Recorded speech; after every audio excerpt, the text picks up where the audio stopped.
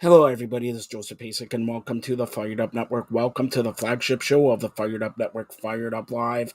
And we got an outstanding show for you tonight, as we're going to begin with, well, Gerald Bentley, Wrestling with Stales, and he interviews WWE Hall of Famer Medusa. Yes, Medusa is on just minutes from now.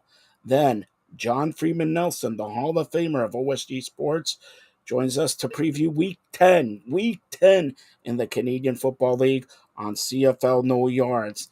Then another great coach, Carmen Asako, is with us to preview the quarterfinals in the Women's World Cup that begins tonight at 9 p.m. Spain and Netherlands. Also making his debut, former NFL with the Baltimore Ravens, Miami Dolphins, and CFL player with the Ticats, Antoine Sanders, debuts his new shows, Athletic Intelligence. Then we welcome Captain Canada, Drew Ebanks, and Alex Campbell to Ballin to preview the CBL Championship weekend and talk the NBA and WNBA, and also maybe some Raptors talk. And then we have another edition of Inside the Game Daily, all tonight here on the flagship show of the Fired Up Network, Fired Up Live. And fans, like to take this special opportunity and say belated happy birthday to my good friend Joe Benchlush. My nephew Nathan Hill, today is his birthday, and also Saturday. I want to take the special opportunity in which hopefully my future fiance's kid, Alexis, a very, very, very sweet 16. We're going to begin the show in just a couple seconds. This one with Gerald Bentley, with great wrestler, WWE legend and Hall of Famer Medusa. She was in WCW also. She threw away the belt. So Medusa will be joining us in just a couple of seconds here on the flagship show of the Fired Up Network. Here we go with Gerald Bentley and Medusa.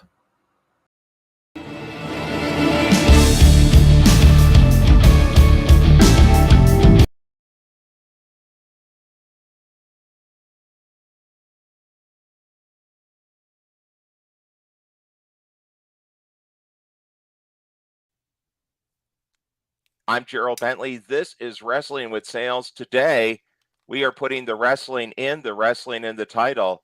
We're joined by Hall of Famer, WCW, WWE champion, and Japanese wrestling legend, Medusa. Medusa, thanks for taking the time to step in the ring here. Hey, good morning, Gerald. It is great. I will tell you, I woke up, it was like 46 degrees in Florida. It Oh, was like crazy, right? And it was yeah, that's not right. 83 during the day. So, as you men like it, like my husband, oh, it's such a great day. And I'm like running around in a hoodie. So, I like it warm. I've had 13 knee surgeries from wrestling injuries, so I like it being kind of warm. oh my gosh, you had 13, Yeah, and all amateur wrestling. Never I just got right? to talk to pro wrestlers. Never got to try it, but yeah. Oh my God. Well, high respect for collegiate wrestling and stuff. I Yeah, mean, no, pretty crazy. amazing. Yeah. And did you ever have a knee replacement? No, but they're close. I know. They're I close. just They're had both one totally like, rebuilt. yeah, I just had one like 5 years ago. And a year after I received my knee replacement, I did a 5K. So, I mean, Really? yeah, Yeah, they're well, amazing. it is Lifesavers. impressive now. Now, of course, people that are watching this, you were really, I think, the main influence in what you see now in modern women's professional wrestling. The Oh. run you had in Japan and coming over back to the US really kind of changed the game. The title of the book does make a lot of sense because I mean, in terms of women's wrestling, you definitely were the woman who would be king, which is a great title. I'll ask you about that a little bit Oh, later. But thanks. do you see yourself as being hugely influential in what we see in women's wrestling today, along with some other women from that generation?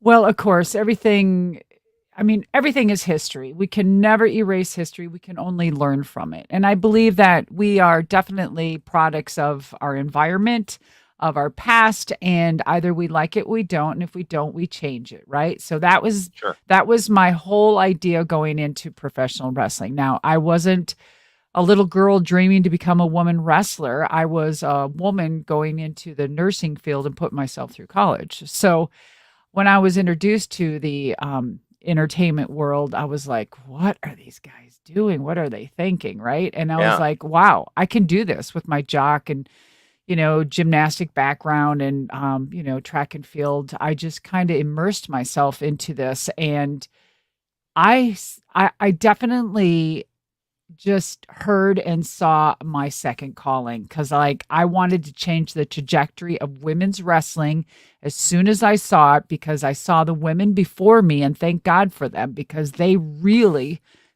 the platform and the start of the whole generations of June Byers, the Mullahs, the Mae Youngs, and it goes on and on. And they had a style of their own, and I wanted to capture that style and always learn from it and bring it forward. Just like every generation, every era of not just women's but men's, you see an evolution. So the way they dressed, the way they spoke, the way they were presented, I wanted to make it a precedence that women were here not just to look good, or we were just an enhancement. I had to fight to get our names on the marquee. It was just always trying to get on there. Even trying to be like the fourth card on a WrestleMania was like never heard of. Yeah. It was insane. And so I was like, okay. So I hit the pinnacle of my career many, many times in wrestling, which was unheard of at my time. And I thank the women and some of the men, some that believed into the women's wrestling history of then, now, and forever, basically. So Sure. that's kind of a motto, I believe, for WWE. Which That is ironic. Yeah. Wow. together. And yeah, together. And so I just fast wrestling all those years. When I was actually inducted into the Hall of Fame in 2015, WWE, I never thought it was it would happen. I totally erased it because of the relationship and the infamous, throw the title Throwing the situation title with away, yeah. yeah, WCW. And so I never thought it would happen with Monster Jam and became their only two-time world women's champion there. And so my life already, I was going a different direction. And again, setting records there, doing things differently. There was never, a woman's driver. There was never a woman's champion. So when I go over to Monster Trucks, I was like, oh, yeah, sure. I'm an adrenaline junkie. Yeah, I How can did do that. it come about? That's It was crazy. I was going to I'll ask you get to about it. it, but it's a seemingly random move. I'll get to it 1 second. So I'm in a long roundabout way. I'm getting to how, today's women's wrestling got to kind of like my style. So when I was inducted into the 2015 Hall of Fame, I never even spoke to Vince or saw Vince and until that day. Right. Yeah. And so I was like, standing there at the podium with my hair in curlers, no makeup, nothing. And all of a sudden I hear is Alundra. And I was like, oh my God, I knew this day. I knew I'd run into him. And I haven't seen him since, 93, 4, 5, and 6, right? Sure. So, and I was like, wow, here it is. I turn around. He goes, you look fabulous. And I'm like, yeah, right, Vince, with my hair in curlers and whatnot. He gave me a big hug. I gave him a big hug. And the only thing that could come out of my mouth, and I was holding him tight. And I said, sorry. And he's like, no worries, hey, that's the past and whatever. I mean, and so we were standing there talking, and he's like, you're here for several reasons. And I believed in women's wrestling, and I wanted it to come back when I hired you, the first time. He said, but we're in the start of something and we need women like you again in your style, I want to bring it all back because it makes sense. Basically all in those words in Vince terms. Mhm. And I was listening to him and I got what he was saying, because when he brought me back, the women's division was dormant, for a while. Sure. And so, not that the women's division was dormant then, but it was in the Divas era, and it was, it was good. I mean, but it was different. Every era has its different. evolution. Yeah. And so Attitude Era, Divas Era. Mhm. And so he goes, we're on to something. And I believe that you could be a great jump start, to this. So exactly during that time when I was inducted into the Hall of Fame and their whole transitioning, when it happened, I knew exactly what he meant. And that was, they got rid of the Divas division. They brought back the women's title, and it became the women's revolution, evolution of women again. And they brought back that women's title and the hard hitting and some good wrestling. And so it was my style from back with the Bull Nakanos and the Aja Kongs and the Chigusas, and my Japanese style that I fought so hard for to bring it back here to the States and bring back a little bit of Japanese and American together. Sure. So being the first woman that actually, lived over in Japan and did that for 3 years, I mean, my heart will always be there. Respect so much, and I earned their respect. And it's not difficult, but it takes a lot to get their respect. That, that you're there for not just fun and traveling, but you're there for a serious situation. So when I saw that happening with Vince and what they did, and when they dropped that title and brought back the women's title, I thought, yeah, that's exactly what he meant. And I was so ahead of my time, Gerald. I was so ahead of my time that today's women's wrestling was my wrestling back then. Yeah, no, that's very fair. I mean, it's amazing that you had a main event level WrestleMania match, and you've had multiple ones, and you can see your influence in Charlotte Flair, in Bianca Belair, and Rhea Ripley, because it is a legitimate, and to be fair, over in AEW, Tony Storm, Impact, Deonna Purrazzo, Britt Baker, you're seeing actual wrestling matches, whereas for a while the Divas was more of a, I don't know, much more on an entertainment side than the sports entertainment. And now it's kind of segged back to really more of what you established with that blend of sports entertainment. Finally. I am so happy with women's wrestling right now. It's not directed towards any women individually. It's the sign of the times that, what the corporations were doing with it. You know what I mean? They've always had the men's style. You know what I mean? Hard-hitting, good wrestling, good storylines. But they just never had it with the women. And it was, why did it take so long when they could have been doing this for so long? Is because women have always, I know this sounds so repetitive, but women have always been that extra.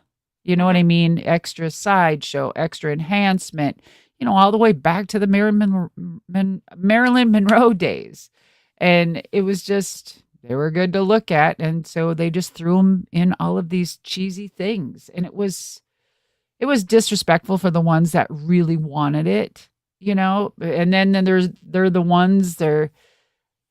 there were ones that actually, stuck it out because they wanted the paycheck, and that's what they had to do, and it was their job, and God bless them. You know what I mean? It had to be a hard decision because, I didn't stand for it. I saw women's wrestling changing, and they were forcing me into these nightgown matches or whatever, evening gown matches and barbecue matches. And I'm like, I'm peace out, man. I've worked way too hard, and you guys do you. I'm retiring.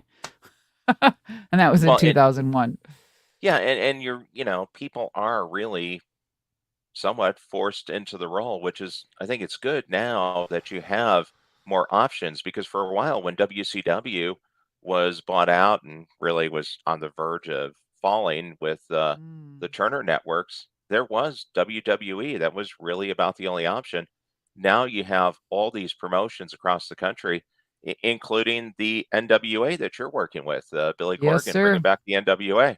I love the NWA, and I mean, I love Billy. I love Billy's mind, and Billy's mind blows me away sometimes because he's very knowledge. I mean, he knows wrestling and all the way back in the days. So like even having a conversation with him, he'll say something. I'll say, wait a minute, I got to look that up. What the heck? And he loves, you know, it- Billy doesn't need the NWA. The NWA needs Billy because he revived it. And it's a very respectful acronym. You know what I mean? And it's Mhm. just a great organization. And I love the old school, the old style, the TV, the TV vibe, that it's so soothing and it's different than any other platform on there. We are wrestling, Yeah. and I mean, there's a lot of characters in there. There's a lot of, fun moments. But you're going to see a lot of upcoming talent and talent that have fallen and almost given that second chance type of thing. And Mhm. so Billy really believes in that. And I think it's amazing. And you're working with the NWA as a coach, producer for the Yes. women's side? Yes. Yeah. So when I got a call from Pat Kenny, he's like, Deuce, what you doing? I'm like, oh, I'm busy. I'm doing this. And he's like, well, you're missing your calling. How about being a producer, an agent, and working with the kids? And I'm like, what?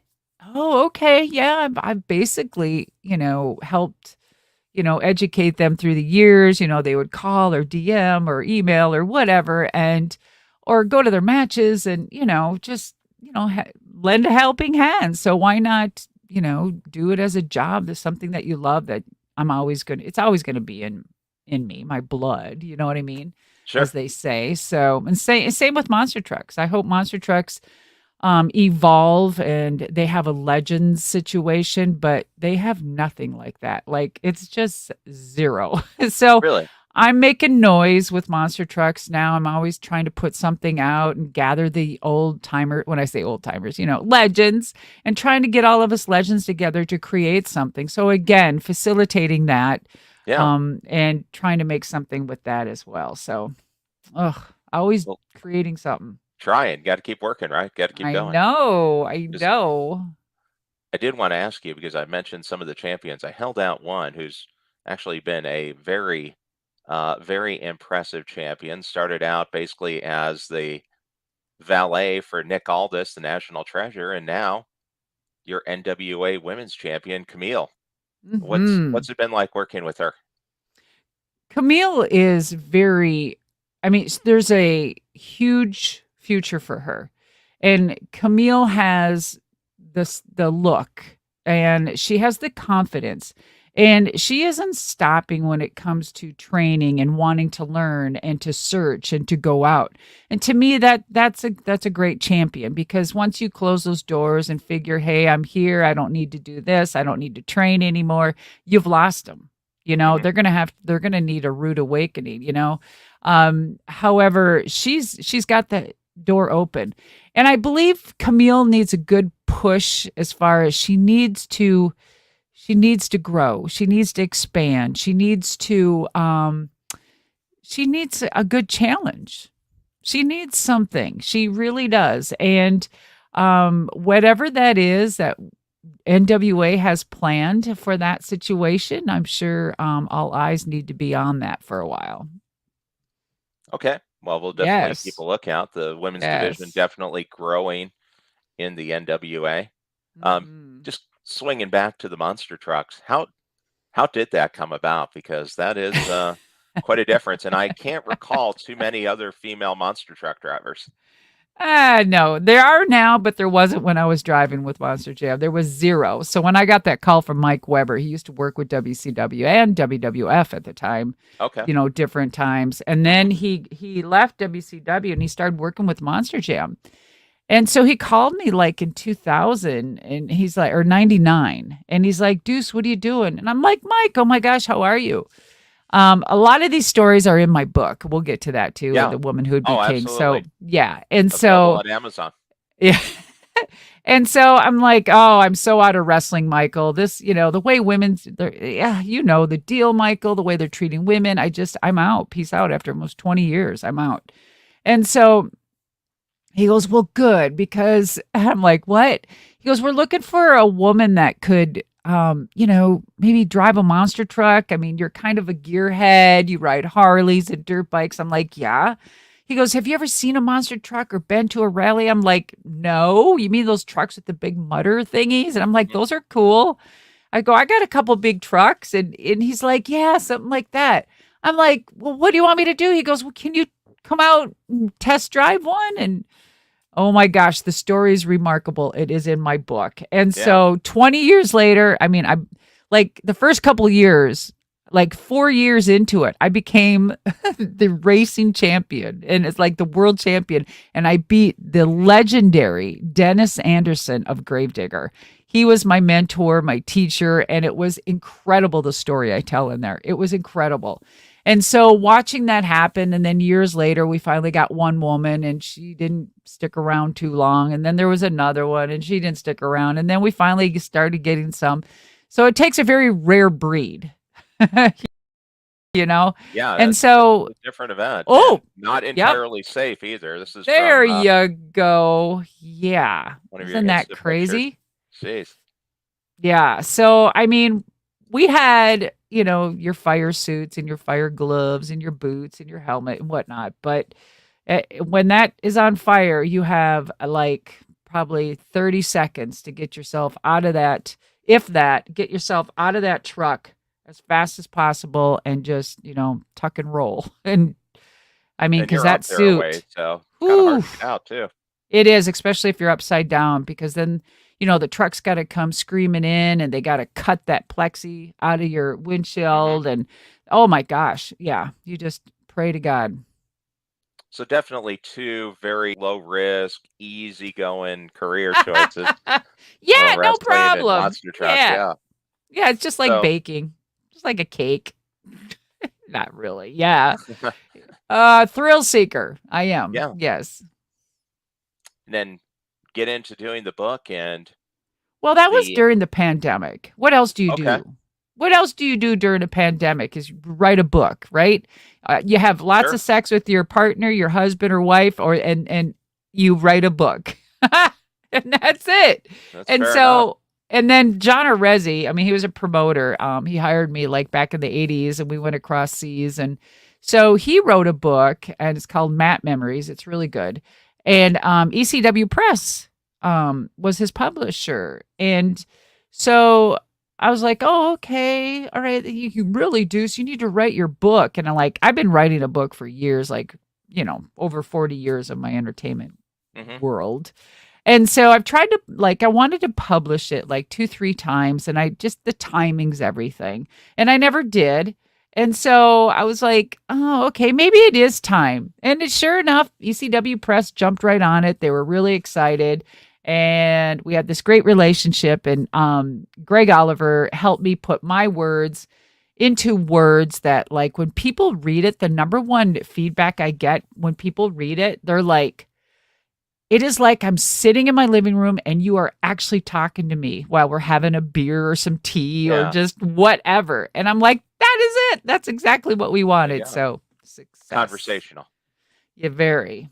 Yep. Then people who see the cover, the forward is by the wise man himself, the advocate, Paul Heyman. And if you're only familiar with him from WWE, he was the person behind ECW. And before that, Paul Eat Dangerously with the Dangerous Alliance. And there you are. So how did Paul Heyman get involved in the book? Because, well, Paul and I have been friends. We've been friends since AWA. Sorry, I didn't mean to overtalk you. So you're good. Paul and I have been friends since AWA, and I mean, close friends. I love him dearly. And so I was talking to him, and saying, hey, I've been writing this book, and he's really excited. And then so it was getting really close, and I was, saying, hey, I was just wondering, could you write the foreword? And he's like, I would be I would be upset if you didn't ask me, And I'm like, yes, all right, that's awesome. And so he goes, do you have a title for it yet? And I go, yeah, I do. I have two. I have two titles, and I just don't know which one. And so he goes, The Woman Who Would Be King. I'm like, what? The Woman Who Would Be King. That's you. That's the book. And I'm sure enough, this is exactly what we went with. So that's all Paul. Again, the Wiseman. Yeah. It's incredible. That is. Yeah. That's a great connection. And talk about somebody who's had an influential career. He's still involved in the number one story going in pro wrestling. Yeah, it's a great mind, since day one. We've all gone through our adversities in this business, and we have all learned and made mistakes. However, some of us continue to grow and learn from it. Some of us just, accept or move on or whatever. But as with Paul, he's doing something right. Well, and I think something that is definitely, I've talked with different champions, different trainers, some entertainers since starting this podcast up during the COVID era.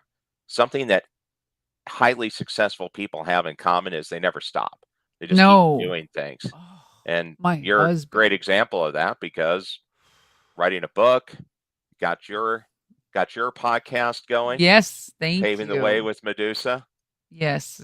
What else is going on with you right now? What else have you gotten into? The book is on my Prime, because I'm doing little tours with my book and some signings and stuff like that. So that's taken precedence over a lot. However, I still have my podcast that I'm doing. When I first started into the business right before, I was doing a few movies, like I did Street Fighter, Shoot Fighter, Inner Sanction with Margot Hemingway. Mariel Hemingway. Okay, yeah. And I was like, and I choreographed a few of my cage fights and some of them. And I left that to go into wrestling as well. So full circle, I just jumped right back into movies, and I just did my first movie again, coming back in. It's called Champion. And it absolutely ignited a fire underneath me. And so it doesn't matter how old you are, how young, it's what your desire is. Now, I'm not jumping into it to say, hey, I'm going to win an Emmy or a golden gold, but you never know, right? Yeah. So crazier things have been done. And at 60 years old, I am not stopping. If my grandmother is 100, which she is, and she still drives her truck, and she's up and down the stairs, she still sews, reupholsters furniture, she's not on any meds. And so it's amazing. Yeah, it has to be the genes. So I'm going to fight as hard as she does. And her secret is keep moving. Do not sit. Stop. Keep moving. No matter what, when you're tired, exhausted, keep moving. And of course, you got to have those days where you're just, you need some quiet time and you're taking the time for yourself. But sitting hours and hours and hours like we do in front of our computers nowadays, I make sure I always have like a beeper timer thingy, and it's like, let me know, stand up, move, because, I get carried away a lot. I'm trying to work a lot on the computer, and that's killing us in our generation now. And you're just sitting. You can work out, do your thing, but you got to keep moving. Very true. Yeah. It's especially if you're nursing the injuries along, the more you sit still, the worse they get. Oh, it does. Don't get me wrong. I'm sure I beat up my body more than my grandmother did. And I can feel it, like maybe more in my hands than anything. It's like, oh, my hands, my fingers. But, you just try to eat right and take your vitamins and. Sure. Yeah. Well, hey, let's move into the championship round here. We got the dealership rescue title for you. Just a few quick questions. Okay. 4 quick ones. Okay. One of your podcast subjects, the championship match, probably the biggest topic in pro wrestling right now. Should the American Nightmare have beaten Paul Heyman's advocate, or Paul Heyman's guide, the tribal chief Roman Reigns for the undisputed Universal WWE title? Well, without knowing the storyline and not being behind the scenes, I mean, what can you say, really? So, a lot of fans feel like without knowing where the longevity is, where the plans are, they automatically feel like that he should have. But I feel, if it was me, that if I was going to build Cody back into this, I would beat him down. And because I know that Cody could be the new face and carry this company. I said either two things. One, it's a horrible receipt from him leaving and going to AEW and smashing the chair. Or again, I don't think they really dwell on that so much. They may giggle or think about it, but I think in longevity is what's best for business. And I think that losing to Reigns, and you could tell that Cody had an amazing time during that match. That match was incredible. It was an incredible match. And I just, oh my God, I love that kid so much. Both of them are just incredible talent. And so I was like, all right. Cody did the job. This could go somewhere. This is awesome. And then the whole thing with him and Brock later, I'm like, now this is really going to piss some people off, but this is phenomenal because this even gives more reason that when Cody does come back and he wins whatever is going to happen, he's going to be on the top. Yeah. And he's going to be that new face like a Cena, like The Rock, like you know what I'm saying? You can't just boom, give it to him. It doesn't mean nothing. And right now, the way they're doing storylines with the bloodline and whatnot is example of what it could be. And so with me saying that, this is exactly what they need to do with women. I've never seen a storyline longer than a month for the women.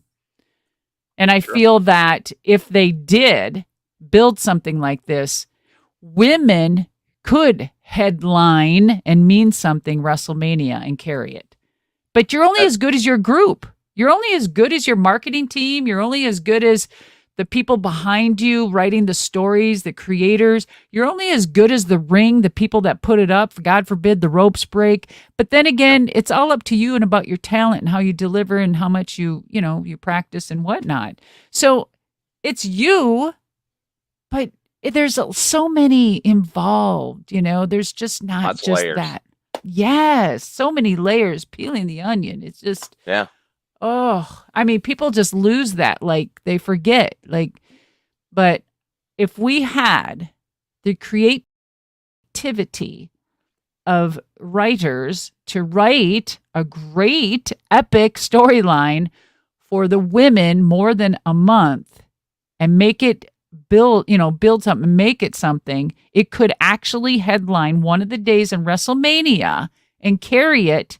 And if they choose the people wisely, the women that can carry and promo and whatnot. I had a great idea. I think we just need to bring back a DA and have a woman lead it. And I go up against Paulie and then have my new version of women. I'm just saying. There you go.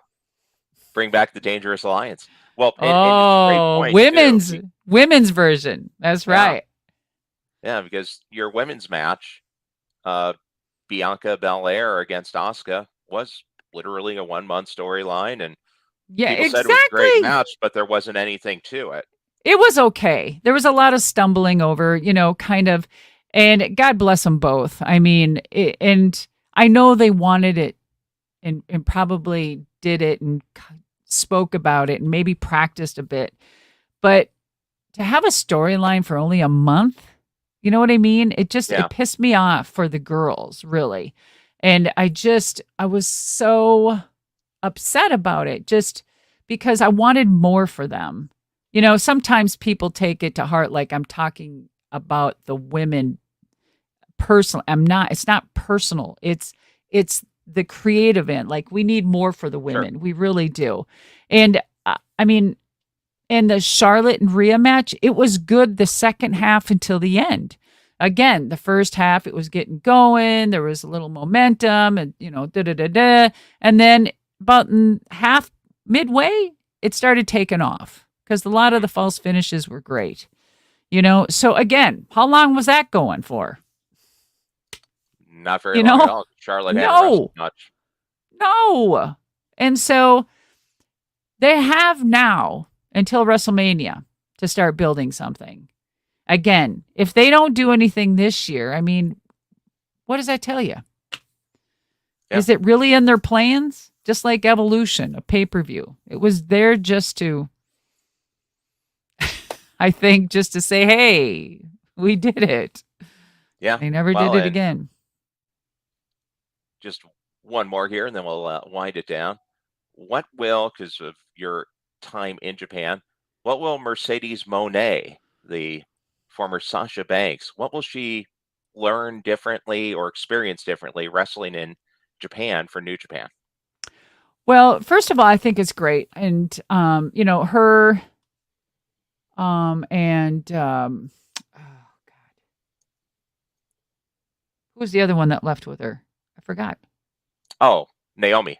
Trinity Fatu. Trinity, yes. So I was trying to think of her real name, Trinity. So Naomi, Trinity. And when those two left, when they were still champions and just, gave them the titles back, I thought that was a very bold move. They were trying to, let them know, hey, we want more. I get it. I wasn't there. I don't know everything. However, it's like Mercedes was able to move forward. And Trinity, I don't know what happened. I would have loved to see her stay in the WWE or go off and do other things. And maybe she is. She's got other plans. Maybe she's acting. Maybe she's going to go to Japan. Maybe she's going to go back to WWE. I don't know. But she sure is missed. But as far as Mercedes, she was determined. She had a plan. And she knew where she was going and what she wanted to do. You just don't go one day, this is going to happen, and that happens, and then all of a sudden you're Japan. This was well thought out a little bit, kind of having an idea what she wanted to do. So for her going to Japan, you definitely have to have an open mind. It's a different lifestyle. It's a different wrestling style. And thinking that it because you've wrestled Kairi Sane or you've wrestled Asuka, no. Once you're over there, and if you get accepted to stay there full time, I would love to see someone stay over there for a full year. I was there 3 years. That's a lot of time. And so, yeah. And so there hasn't been anyone that I know of after me that stayed there. And to learn their culture, to gain their respect, is very difficult. And you've got to show them that you want it, that you're not just there for the money, no pun intended, but they want to see that you're there to work. So I heard that she may be going over there full time. So, and that opened up my heart, and I was like, well, you know what? Damn straight. That's awesome. And so let's see what happens, because I want the best for her. And going over to Japan will always have my heart. When Rossi Ogawa owned Stardom, I went over there a few times and I became the commissioner of Stardom. And so you never know. I might pop up and say, hey, wait a minute, Mercedes. I am the commissioner here. What better would there be? I mean, hey, you want to be champion, you're going to have to go through me first. So you're getting back in the ring. No. Oh my gosh, that's so awesome. But I really wish her the best. It's amazing over there. It's fun. It's all fun and all of that at the beginning, but once you get going, it's no joke. No, it's nothing like WWE. I'm sorry. That was plush. Like a major league sport. Yeah, that was plush different. life. Plush life was WWE. Japan, oof. Well, it's been a lot of topics, and we kind of went pillar to the post in the ring. Yes. Get back to the book here, The Woman Who Would Be King, the Medusa story, available on Amazon, probably anywhere you get your books, and you can read the foreword by the wise man, the advocate himself, Paul Heyman. Medusa, thanks a lot for joining us here on Wrestling with Sales by Joseph Hasek, and welcome to the Fired Up Network. Welcome to the flagship show of the Fired Up Network. And welcome to CFL Yards. And welcome to the Hall of Famer, John Freeman Nelson, who won another award this week. Tell everybody about that award. That's for soccer down here. The Atlanta Press Club has a category for podcasting, and it went up against two other news organizations that are tied to television stations, affiliate TV, and our show, The Daily Show, got the award for podcasting, and the award that the show that we focused on as a part of the submission, because what you do is you submit a link to all of your work, and then you do a specific episode. And the episode that we submitted had to do with the Yates Report when that came out.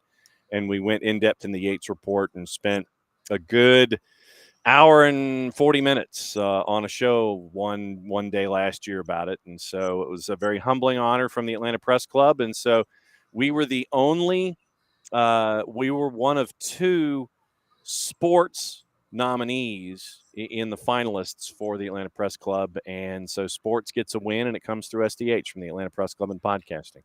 Congratulations. This is why we have only the best on the Fired Up Network.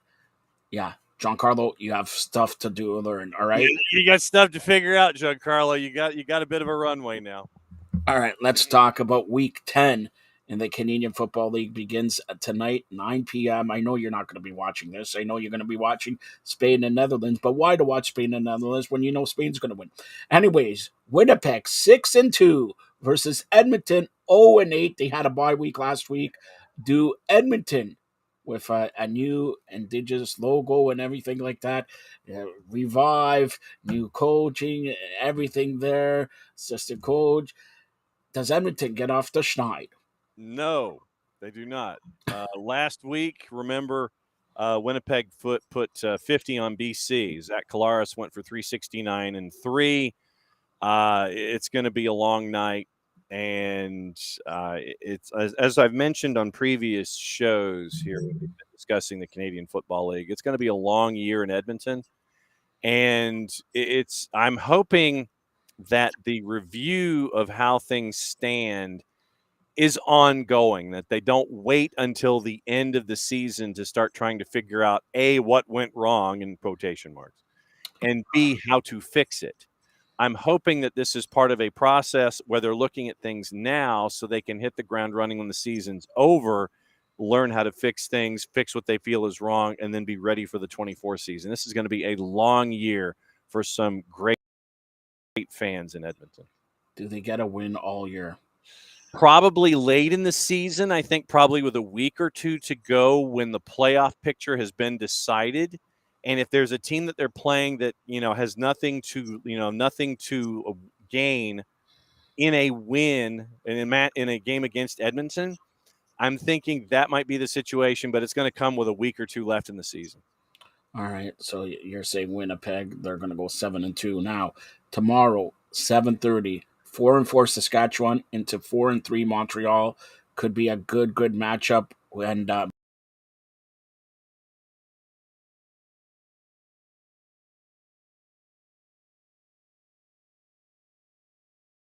is available for Friday.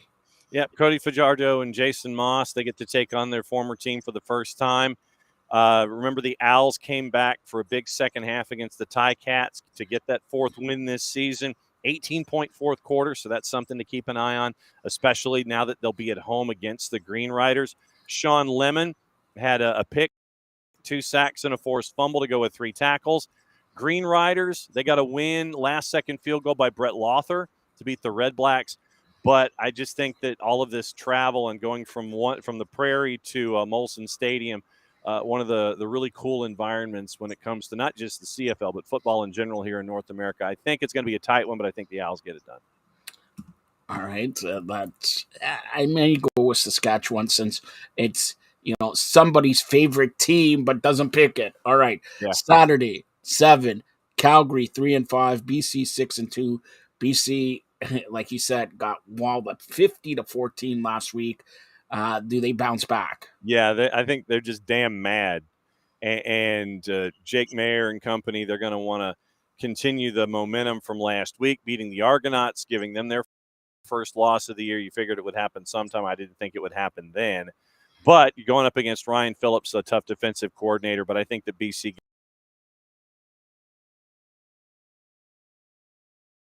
he probably will play. That means victory for the Argos. Yeah, and you know they've obviously they had to rely on Cam Dukes as their backup when Chad did get injured. If Kelly plays, I think they get it done. I think that it's going to be a comfortable win, and I think what they're going to try to do is try to get out of the blocks quickly. So if they need to rest Chad Kelly, bring in Cameron Dukes with a big lead in the second half, they'll do that. You know, they get no points when Dukes was there in the game. So Kelly or Dukes, we don't know. But once again, it's the Red Blacks. It's at BMO. And I think that where the Argos are a perfect 3-0, I think they get to 4-0. I think that if Chad starts, the margin's going to be a bit bigger than it would be if Cam Dukes starts. But I think that the Argos get it done. All right, and just not a CFL, NFL. This is unofficially week 1 of the preseason, and NFL beginning tonight. Give me one game that you're looking forward to the most this week. Oh, let's see if we can come up with something in American football that might be worth staring at. I think Saturday around 1:00, if you know what I'm saying. Well, I mean, you're sitting there and you're looking at all of your games Saturday at 1:00. But you're a dog though. Juice boxes have you at a plus 144 going up against Indianapolis. And where's the game? It's Indianapolis is a minus 185, and this is why you should never do any juice boxes on any kind of preseason games. Never should you. I mean, obviously, I think folks are going to gravitate to the Carolina and the Jets game, obviously, for what you're staring at there. How does Dallas's run game sort itself out? And Ezekiel Elliott still looking for a home. They're going up against Jacksonville. The Jags are a minus 192, and the juice box is there. Rams and Chargers. You don't have to worry about trying to figure out a different venue. You just have to worry about the sidelines and the conversion of grass from soccer back to American football. So I would say, looking at things this weekend, I will go with Rams and Chargers. I will go with Cowboys, Jags. I'll go with the Jets and the Panthers. I know that you're going to have an eye on your Bills and the Colts. And I'll stop there. Early stuff, kind of long in the tooth to get you into the weekend, but there should be some stuff on Saturday and Sunday to keep you interested. All right, and John will be back here tomorrow for the world famous soccer show, 12:15. We'll discuss the quarterfinals in Women's World Cup. But John, tell everybody how to get a hold of you. Easiest way right there is on the Twitters at OSG Nelson. Same, and I think it's at Cute Sports Guy on Threads. And so there's that, and then you've got Threads, and you've got all the social media that's there. Soccer Down Here app available on iOS and Android. OSG Sports app available iOS and Android. And if you're interested in reading things, Book 6 right there. Noble Strong Lessons in Destiny. And that is on Amazon. You can pick that up. Or if you want maybe an autographed copy, you can talk to me directly, and I can get you an autographed copy of the book available on Amazon. A great story about a small town and a fantastic family fighting one of the biggest battles they could ever face. All right, that's John Freeman Nelson, Hall of Famer, another Joseph Hasek, and welcome to the Fired Up Network. Welcome to the flagship show of the Fired Up Network, Fired Up Live, and welcome to Women's World Cup update. The quarterfinals are here with the one and only, the coach, Carmen Asako. First of all, Carm, this soccer show, when we first started off, in all honesty, it was to build Giancarlo Lino. But now, John Freeman Nelson is a Hall of Famer, getting another award. You're on the spotlight for being a sports media. Like, you're getting awards. You're getting like the Grammys. You're becoming bigger than a Swiftie, Taylor Swift. I know you're a Swiftie. Give me your comments about winning the awards for OSG Sports in Atlanta. I showed you some pictures of John Freeman Nelson and all that. A Hall of Famer. Since he started with me, he was nothing. He was an online sports guy. Now he's a Hall of Famer. Good job, John. Good job, guys. That's all you're gonna say. All right, let's get to the quarterfinals tonight in just a couple hours. Spain, Netherlands. I think you know where I'm going. 9 p.m. and the other games are at 3:30 in the morning. Yeah, exactly. It's crazy times, but this is an excellent matchup. I think this could have been a World Cup final for sure. How things go, and that's how happened. How this tournament soccer happens sometimes. I mean, I think that the Spanish have proven the ability to break down bigger, stronger teams, and I think their experience on the world stage and in European competition and their players that they have.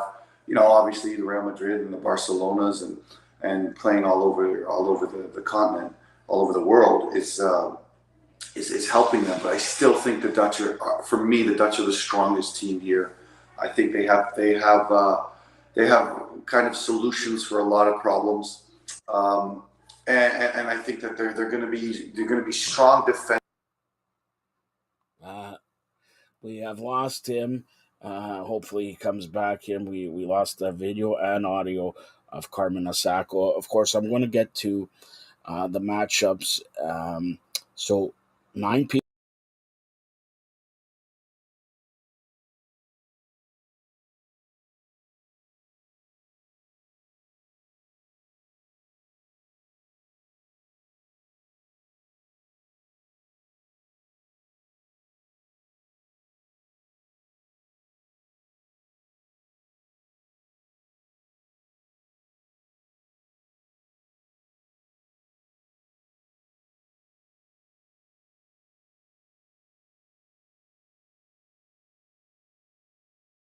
and penalty kicks, but it went through the line. So Japan should win that one. Okay, let's face it there. And then two matchups on Saturday, one at 3 a.m. and one at 6:30. The first matchup, Australia and France. And hold on, Carmen Asako's back there. So we'll get back to Carmen. Are you there? Can you hear us? Sorry, guys. I apologize. Okay. No problem. So who's your pick, Spain or Netherlands? I like the Netherlands actually to win this tournament. Netherlands and France. I think they're a combination of what technique and skill and strength and speed and all those things. I think both teams. But again, the Spanish are tricky and quick. You know, and it's going to be an interesting situation. But I think the Dutch will find a way to win this game 2-0. Okay, I said Spain 2-1. Friday, 3:30 in the morning. I don't understand this. Like 9 p.m., 3:30 in the morning and all that. So we got Japan and Sweden. Sweden in by an inch over that. You know, it was instant replay with that goal with USA and all that. But Japan should take this one maybe 3-0. Oh no!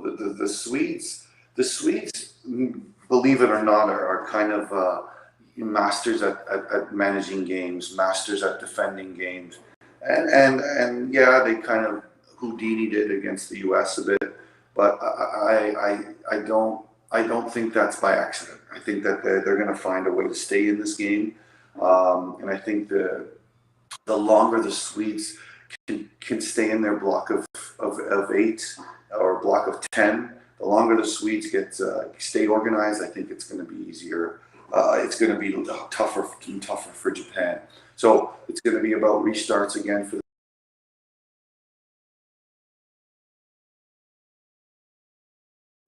finding different ways to find goals.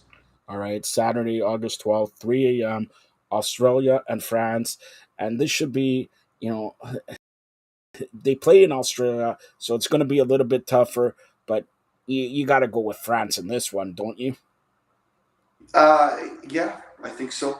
I think the French right now, the French and the English are probably, and the Dutch, the European teams are still the top teams in this tournament, and I think that yes, there will be a European winner in this tournament.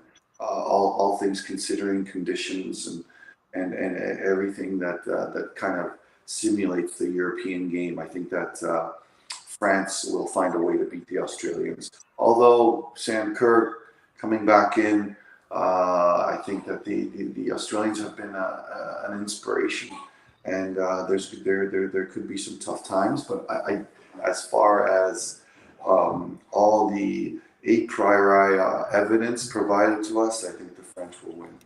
All right, and the last matchup on Saturday, 6:30, England and Colombia, and of course the English player James banned 2 matches for stomping on the Nigeria player. That could be, very difficult for England because James, arguably the best player for England.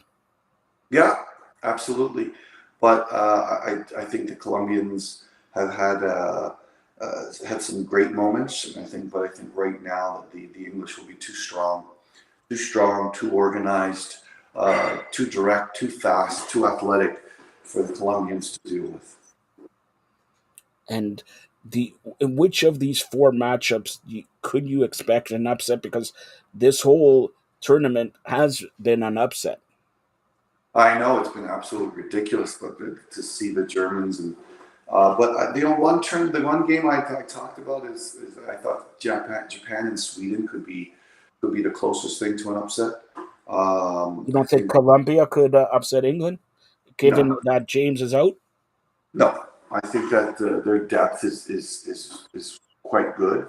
I think that obviously the Colombians got a little lucky in their draw, but I do think that I do think that they can't handle the athleticism. For me, it's a straightforward game, but obviously there hasn't been very much straightforwardness in anything that happened in this World Cup. But I do think that the English, obviously the Dutch and the Spanish could be interesting. I mean, for me, I think the Dutch are definitely favorites. And I think that they've been the most efficient team in this tournament. But I can see that every game there's a possibility for upsets. But for me right now, the closest thing to an upset would be Sweden, Japan. All right. So final question. By the way, Carmen and John Nelson and John Carlo will be back tomorrow for the soccer show, 12:15. But you mentioned all these superpowers in women's soccer here, Canada, America, Germany, and all that. Do you think it's a one-time deal, or do you think all these countries are catching up to the superpowers?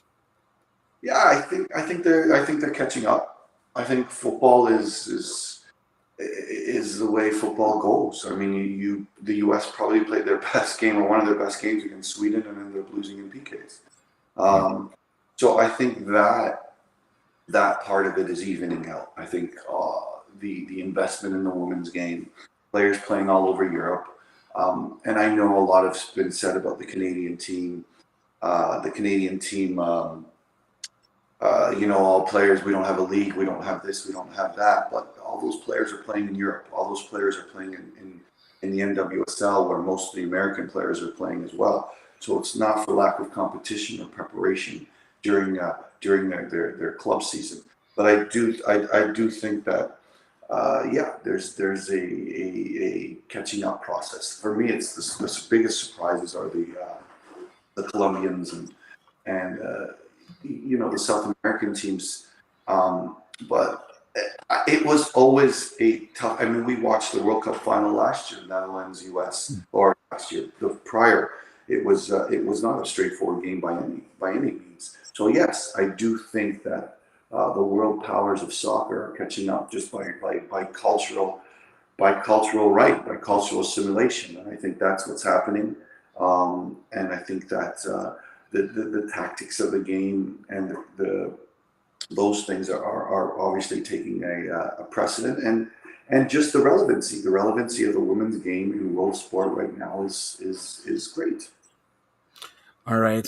So we're going to close out. One of your biggest fans, my nephew Nathan, it's his birthday today. He plays soccer. He moved to Florida. He plays soccer. He was a goaltender, idolizing Carmen Asako. Then I had to talk to him and say, no. There's no money in goaltending. No. So he became a forward. In his first match, he scored 6 goals. Wow. Second match scored 7 goals. Canadians are definitely better than Americans, right? John Nelson's not here, so we could say that. All right. He just wants a shout out from his idol, Carmen Asako. So today is his 14th birthday. Go ahead, Carm. Happy birthday. Keep up the good work. And maybe one day you'll come back and play for York University. No. He's going to be too pricey. Like, he's a Messi, you know, like, you can't afford him. You can't afford him. But don't forget, Carmen, Giancarlo Lino, John Freeman Nelson, the Hall of Famer and another award winner, will be back here tomorrow, 12:15, and you're going to give another birthday shout out tomorrow. I'll let the cat out of the bag tomorrow. But any last comments here? 9 p.m. turning tomorrow. All right. So you got to wake up and you got to watch these games and all that. But arguably tonight's game should be the best. Spain and Netherlands, that should be, out of the 4 matchups, probably one of the best matchups. Yeah, and you know what the best thing about the tactical presentation of these teams is so good to watch for, as far as people learn, students of the game. I mean, everything. Yeah, it's just so. The women's game is very calculated, very organized, and it's great to watch. And we're going to see what, not only regardless of.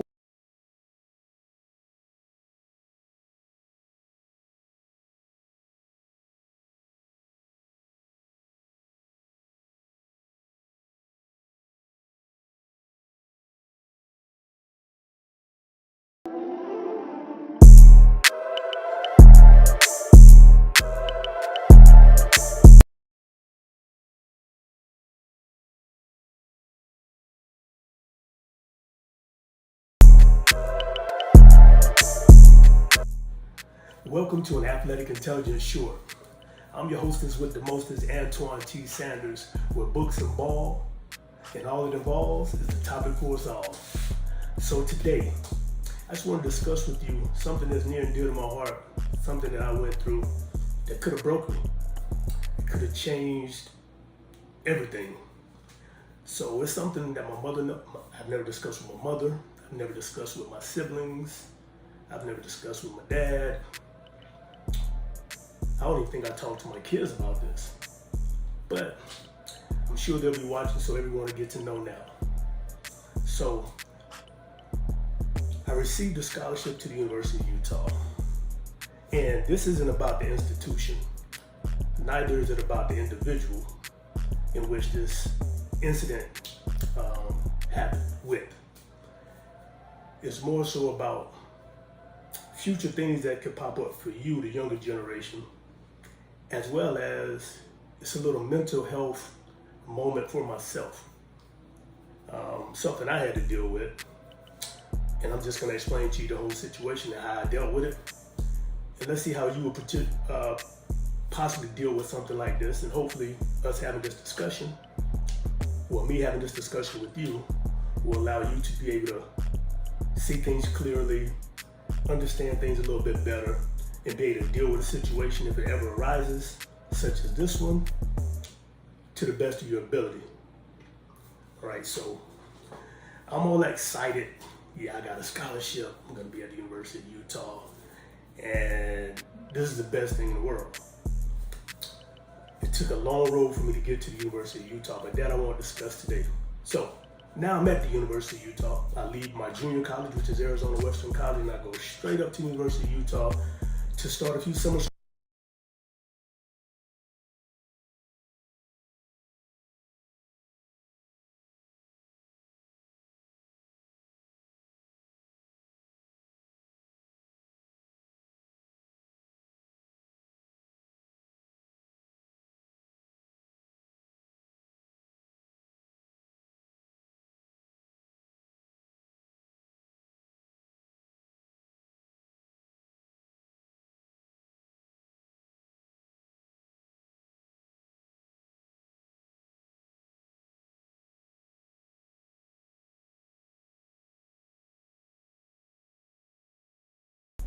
And this isn't about the institution.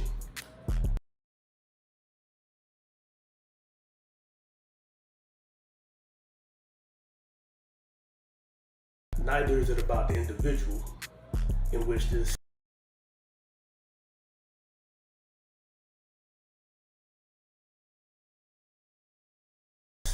incident happened with.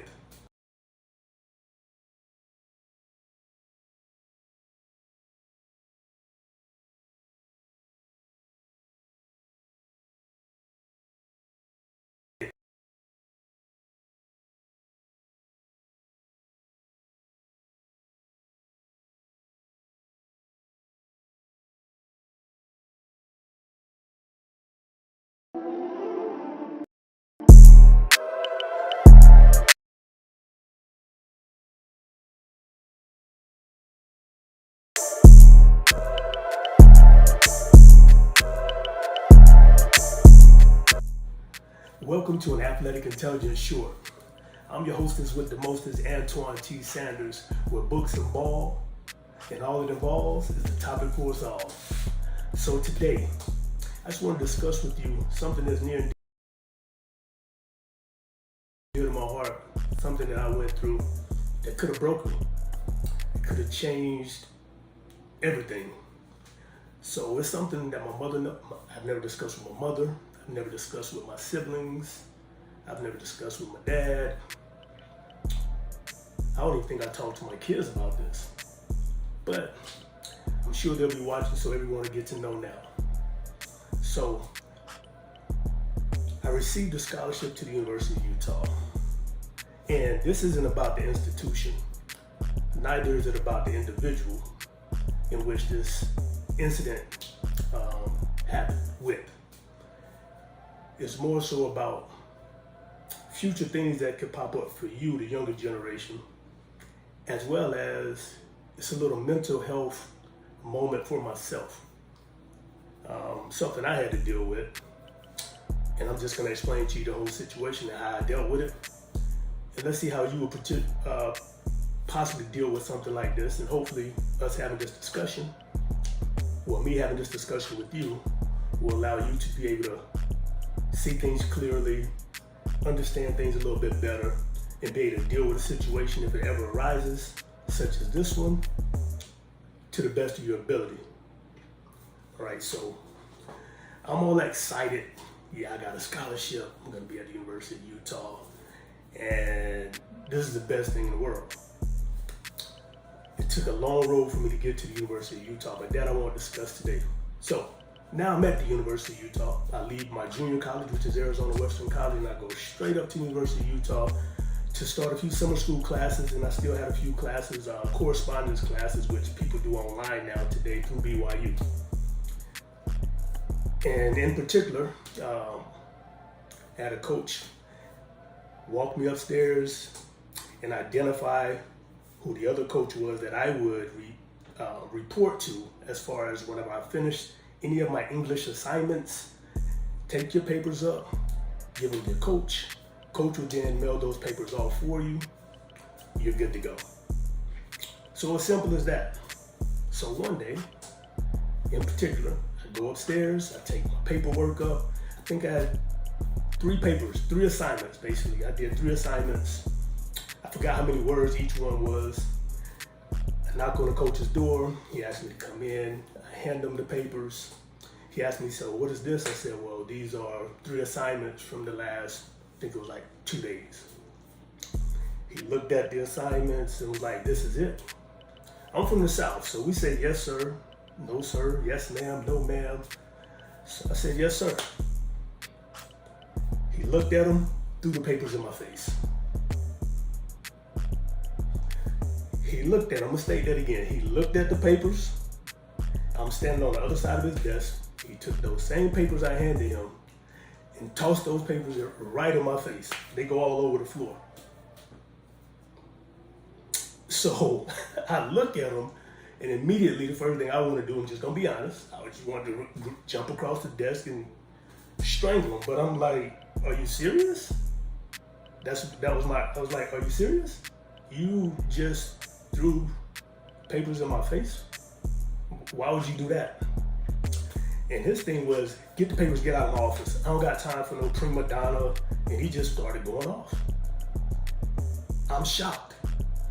I've only met the man one time before, which was an introduction, and to let him know that I would be turning my papers into him, and he would then send them off to the school. So I'm like, hold up, never mind. So I'm trying to process all of this. So I just said, you know what? It's all good. It's all good. So I started picking up my papers off the floor. Mind you, I didn't utter one disrespectful word before that to this gentleman, and I didn't utter a disrespectful word to this gentleman after the fact. I just grabbed my papers. I was like, wow, okay. So I leave out. As I'm going down the stairs, the coach who recruited me, and we're very, very good friends to this day, and I love him. He's a great man. I see him, on my way out, I see him coming in. And then he was like, Twan, what's up? It's like, not much, coach. And he started to walk past me. I was like, wait, coach, let me give you these papers. And I handed him the papers.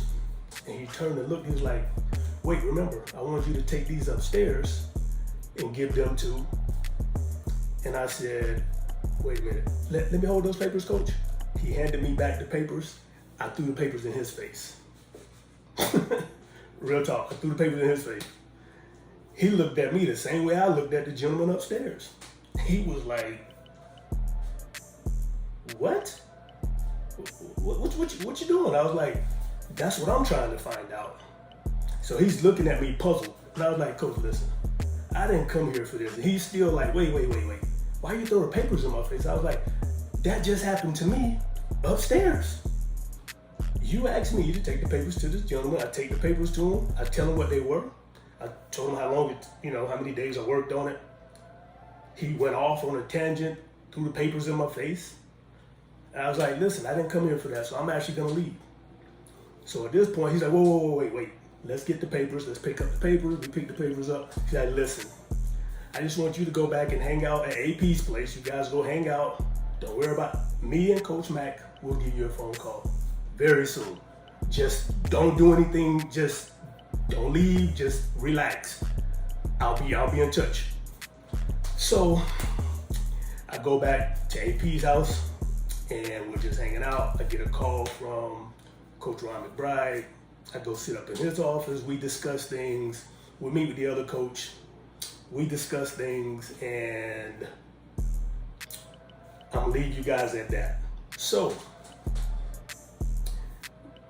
one thing I just want to speak to you, young men, women, parents, coaches, whomever's watching this video. It's not good to prejudge people. Get to know someone before you prejudge those individuals. All right, so some people want to be judge, jury, execution, all those different things. There's absolutely no reason for it. I didn't deserve that. And after we had a discussion, I don't know if he really felt I didn't deserve that or because of, the conversation with the head coach that made him feel that I didn't deserve that, because all I did was what I was supposed to be doing. So mind you, I'm gonna back up a little bit. I took 21 credit hours at Arizona Western College. That's where I went to junior college. In order to be eligible to leave early to go play at the University of Utah. All while I took an additional 9 correspondence course hours through BYU. Also, that's the same semester. Also, when I got up in the summer, I had to take one class at Salt Lake Community College while still finishing one of my English courses, correspondence classes through BYU. So if you round that all up, that's like 30 plus credit hours in a semester in a summer. I'm trying to do all this so that I can be academically eligible to leave junior college early and play my first year at the University of Utah. So I'm busting my butt doing that, and I'm training with no issues with anyone on any level, and this presents itself to me out of nowhere. So again, there's no reason to judge anyone. Just get to know people. So if you got questions about someone's background, how they go about studying, if they need assistance, tutoring, whatever it may be, or if you feel the need that you need tutoring, or you don't feel the coach is kind of like right in line with you, it's okay to go sit down and try to have a discussion. We're human, people make mistakes, but this is something that, again, I'm a young man who is super excited at this time about going to play Division I football at the University of Utah. Here's my opportunity. I've been dreaming of this situation, the opportunity for years since I was a child. And here it happens, and then this situation happens. The other thing is, keep your calm. Keep your calm. Because a lot of times people say things when they get mad, and a lot of times when people get upset and angry, some of the things they say they actually mean. Some things, you know, when you get a little beside yourself, you say things that maybe you want to walk back. So in that situation, I can honestly say I kept a cool head, and I kept anything that may have been, you know, ugly on my part in that situation, verbally, I didn't say anything. I just looked at it and smiled like I'm smiling right now talking to you guys. So I would like to say again, keep calm. And then one thing I probably should have done that I didn't do was reach out to my parents. I never called home and said, Mom, this just happened to me. And one thing I encourage my kids to do, our kids to do, is to, if there's a situation, contact us. Let us know what's going on, especially when they're children. But as you know, we have two that are bubbling into that adulthood that are right there between 18 and 19. There are things that we're going to discuss with them, and then we're going to allow them to make the adult decision based on how they feel. But again, it's okay to converse with your parents to make sure you're understanding what's going on and they're understanding what's going on, because they didn't allow you and they weren't excited to send you to be in the presence or to be living amongst or be coached up and taught to be young men or young women by these coaches to be utterly, I'm tongue twisted right now, to be disrespected, utterly disrespected. All right, there's no reason for that, and I don't think any parent would be excited to hear that.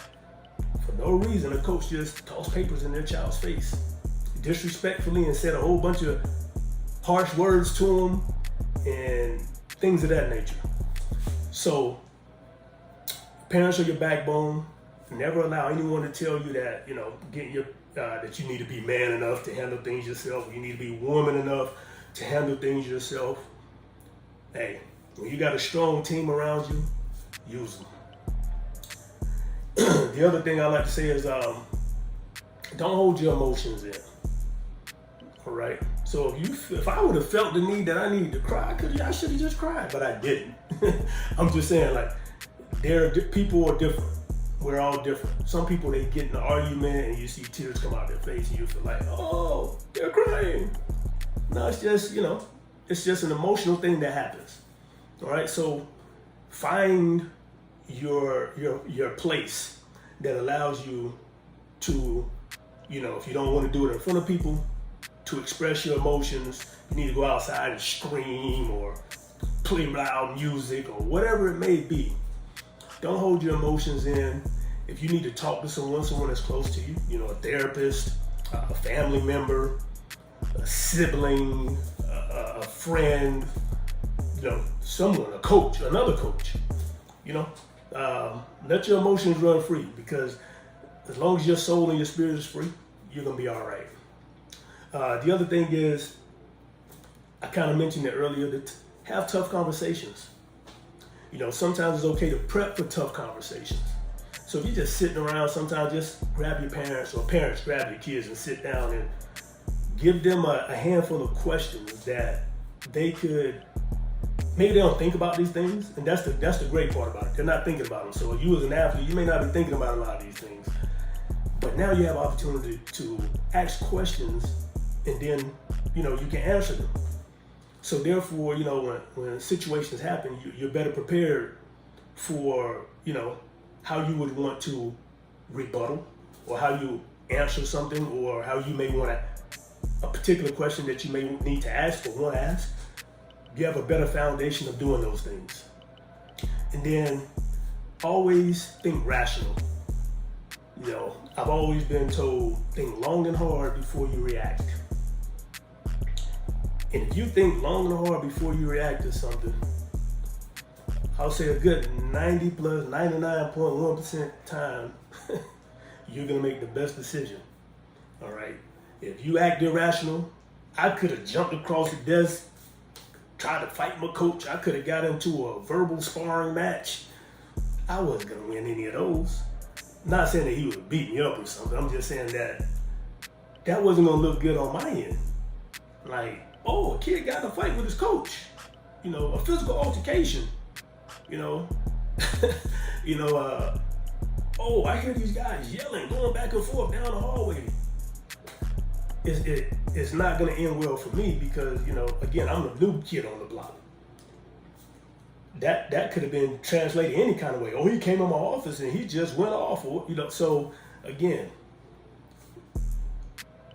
refrain from, and the coach in which the altercation, well, it wasn't an altercation, the incident happened with,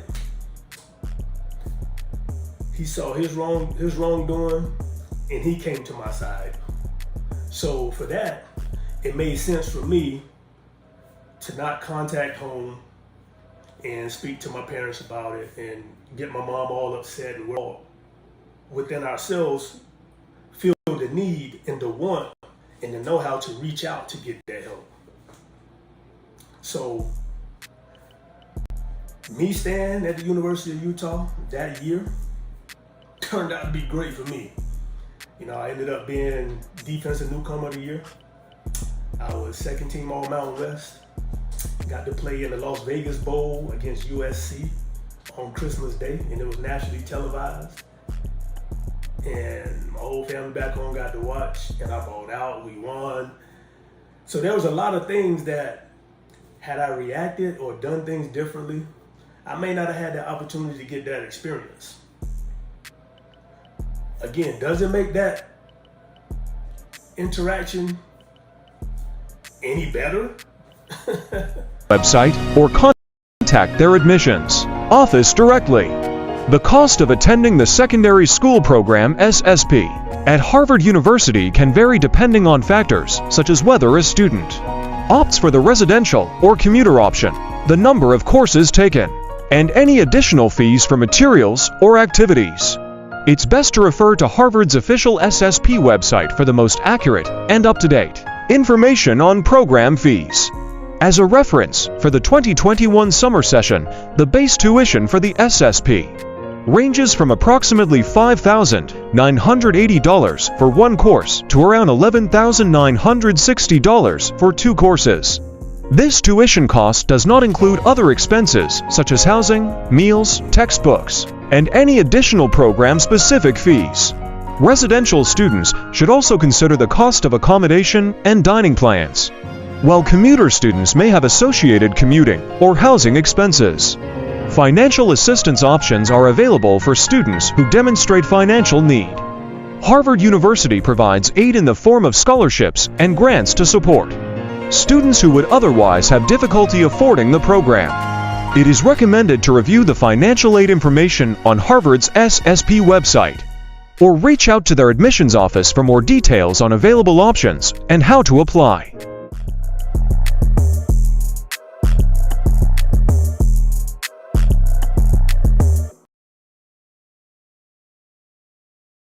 And welcome to the Fired Up Network. Welcome to Ballin' here on Fired Up Live with Captain Canada, Drew Ebanks, and of course, Alex Campbell here.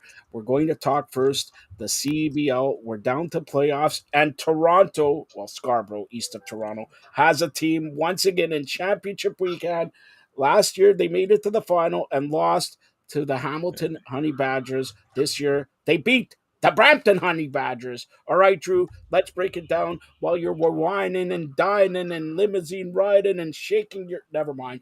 All right, Caravana weekend. Nobody wants to know what you were doing. Alex is even laughing. He said you lost your hair at Caravana weekend. But anyways, go ahead, Drew. Break down the playoff play-in games and playoff games last weekend.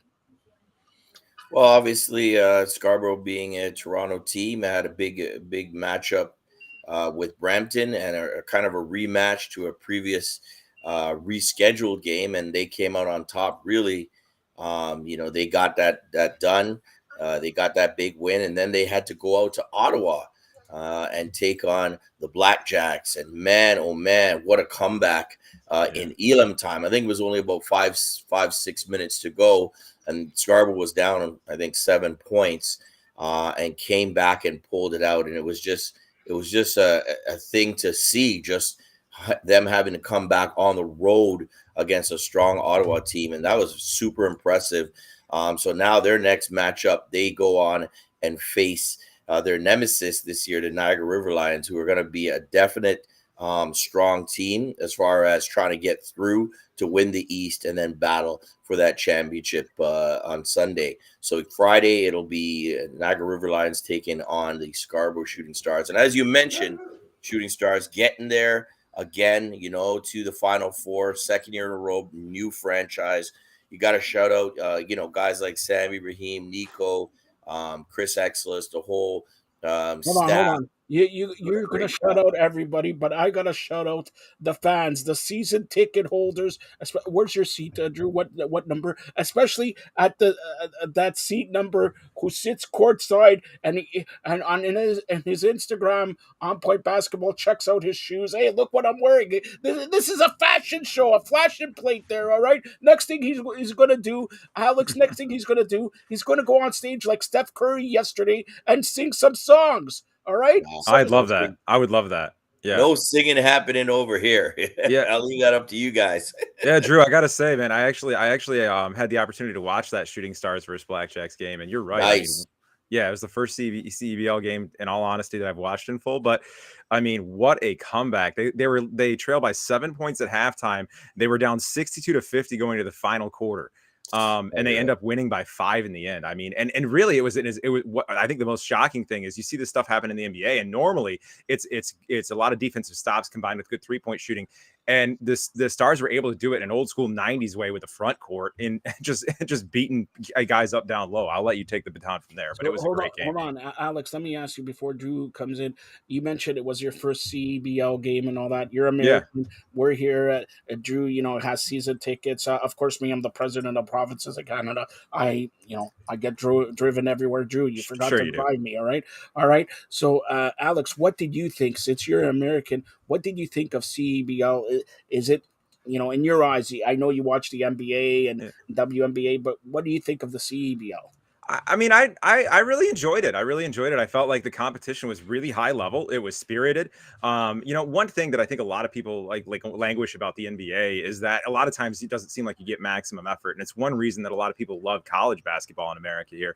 And that's one thing I can say that, I saw at least in that game was that, and it's the playoffs and, it's a really important game. So you expect it. In the NBA, you kind of see the same energy, but it was just full of that same March Madness type urgency that really creates an atmosphere that fans can really enjoy. So I really like that. And there's a lot of familiar names too. I mean, that's one thing I was not surprised by, I kind of expected, but a lot of these guys I watched in college in America and to be honest, had kind of forgotten about. By the way, Alex is in the Palace of Auburn Hills, right? I had to evacuate the building because Ron Artest is looking for him. Ron Artest is looking for him, and I didn't want to have problems with Drew and the security because I have to hire security after Caravana. Security goes after Drew, everything like that. So Ron Artest is looking at you. So watch out, okay? Well, this is another measure of just how much power I have in the city of Detroit. I mean, the last time I was on air here, I had them rebuild Tiger Stadium for a broadcast. This time, I had them rebuild the Palace of Auburn Hills just for the broadcast. So, All right. So you mean that's the power of Fired Up Network? That's right. That's right. Fired Up Alex, in fact. Yes. That Fired Up Alex. All right. Drew, so we talked about the East, and we'll go break down Friday's game. But first of all, that game begins at 8 p.m. Let's look at the West side. What did you think of the West play-ins, first of all? Well, I mean, the West, obviously, you had some new players, making their presence felt in the CBL West. And, Winnipeg and Calgary, unbelievable to see what they've done in 1 year being in the league. Of course, the Calgary franchise came over from Guelph. Sad to see the team leave there. But ultimately, it was Calgary who moved on to face Edmonton. And, Edmonton's been there. They've won before in this league. But it was all the Surge with an 84-68 win.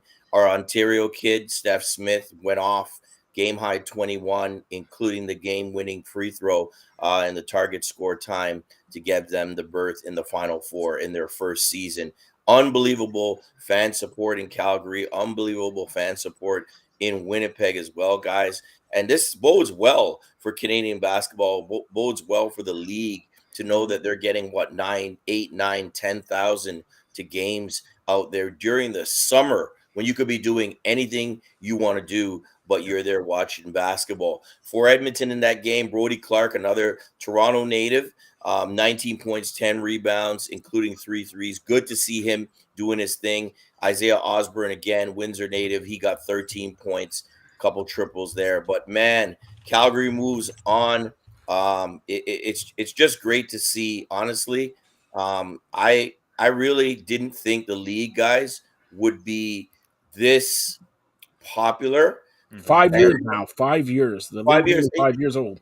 And you know what, guys? What really gave it a good shot in the arm was, of course, J. Cole being involved. I think that really opened people's eyes to say, this is a league, that's doing the right thing. They've got good sponsors. They've got partners. They're working with Canada Basketball. They went FIBA right off the bat. So that's an easy transition. You can get the U Sports players coming in to play, and that continues the tradition.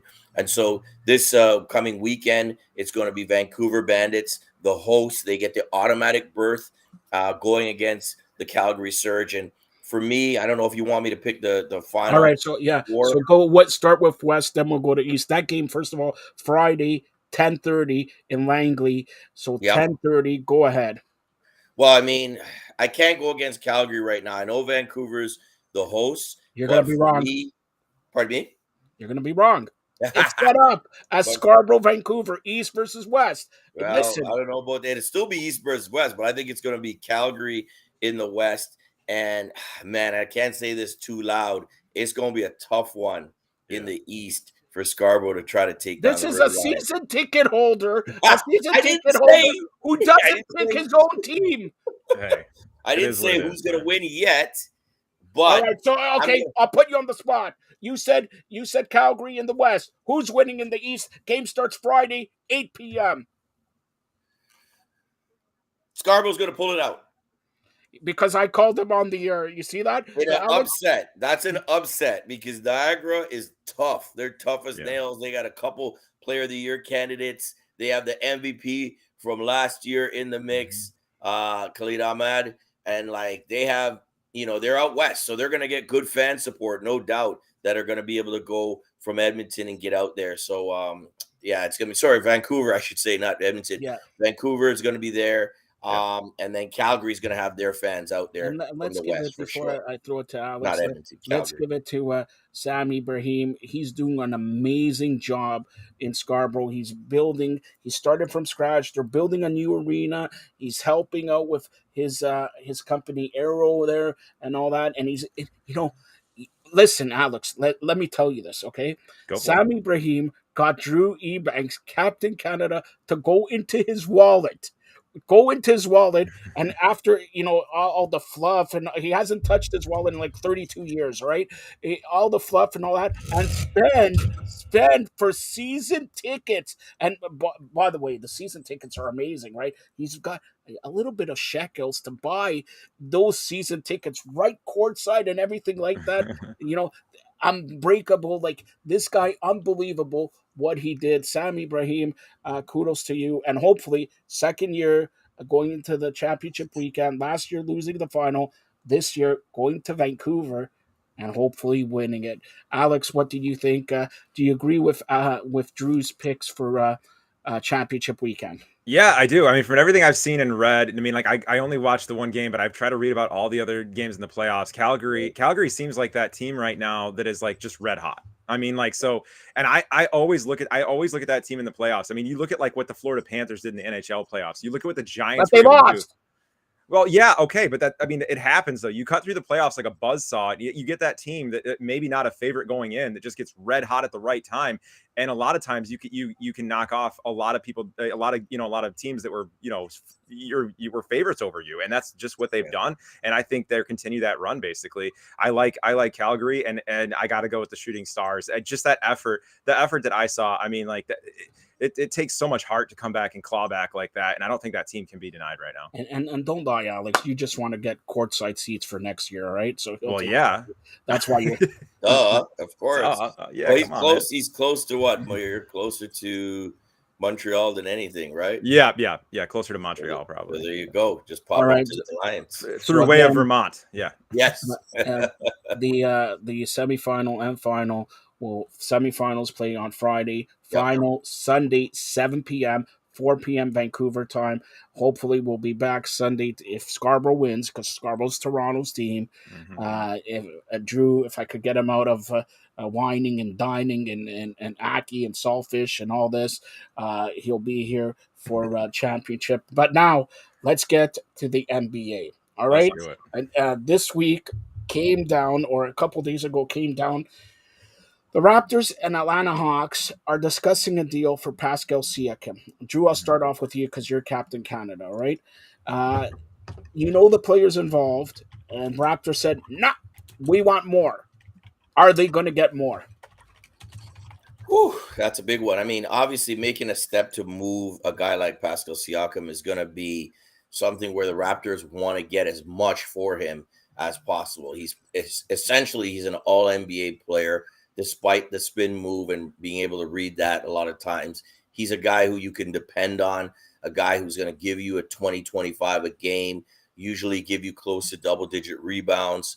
And he's become, I think, one of the leaders, maybe not so much of a spoken leader out there, but now this is essentially with no one really, ahead of him as far as seniority, it's Pascal's team. Now, my question is, to me, when I saw the Raptors sign Jakob Poeltl, I was thinking, why would you sign Poeltl? They're best friends.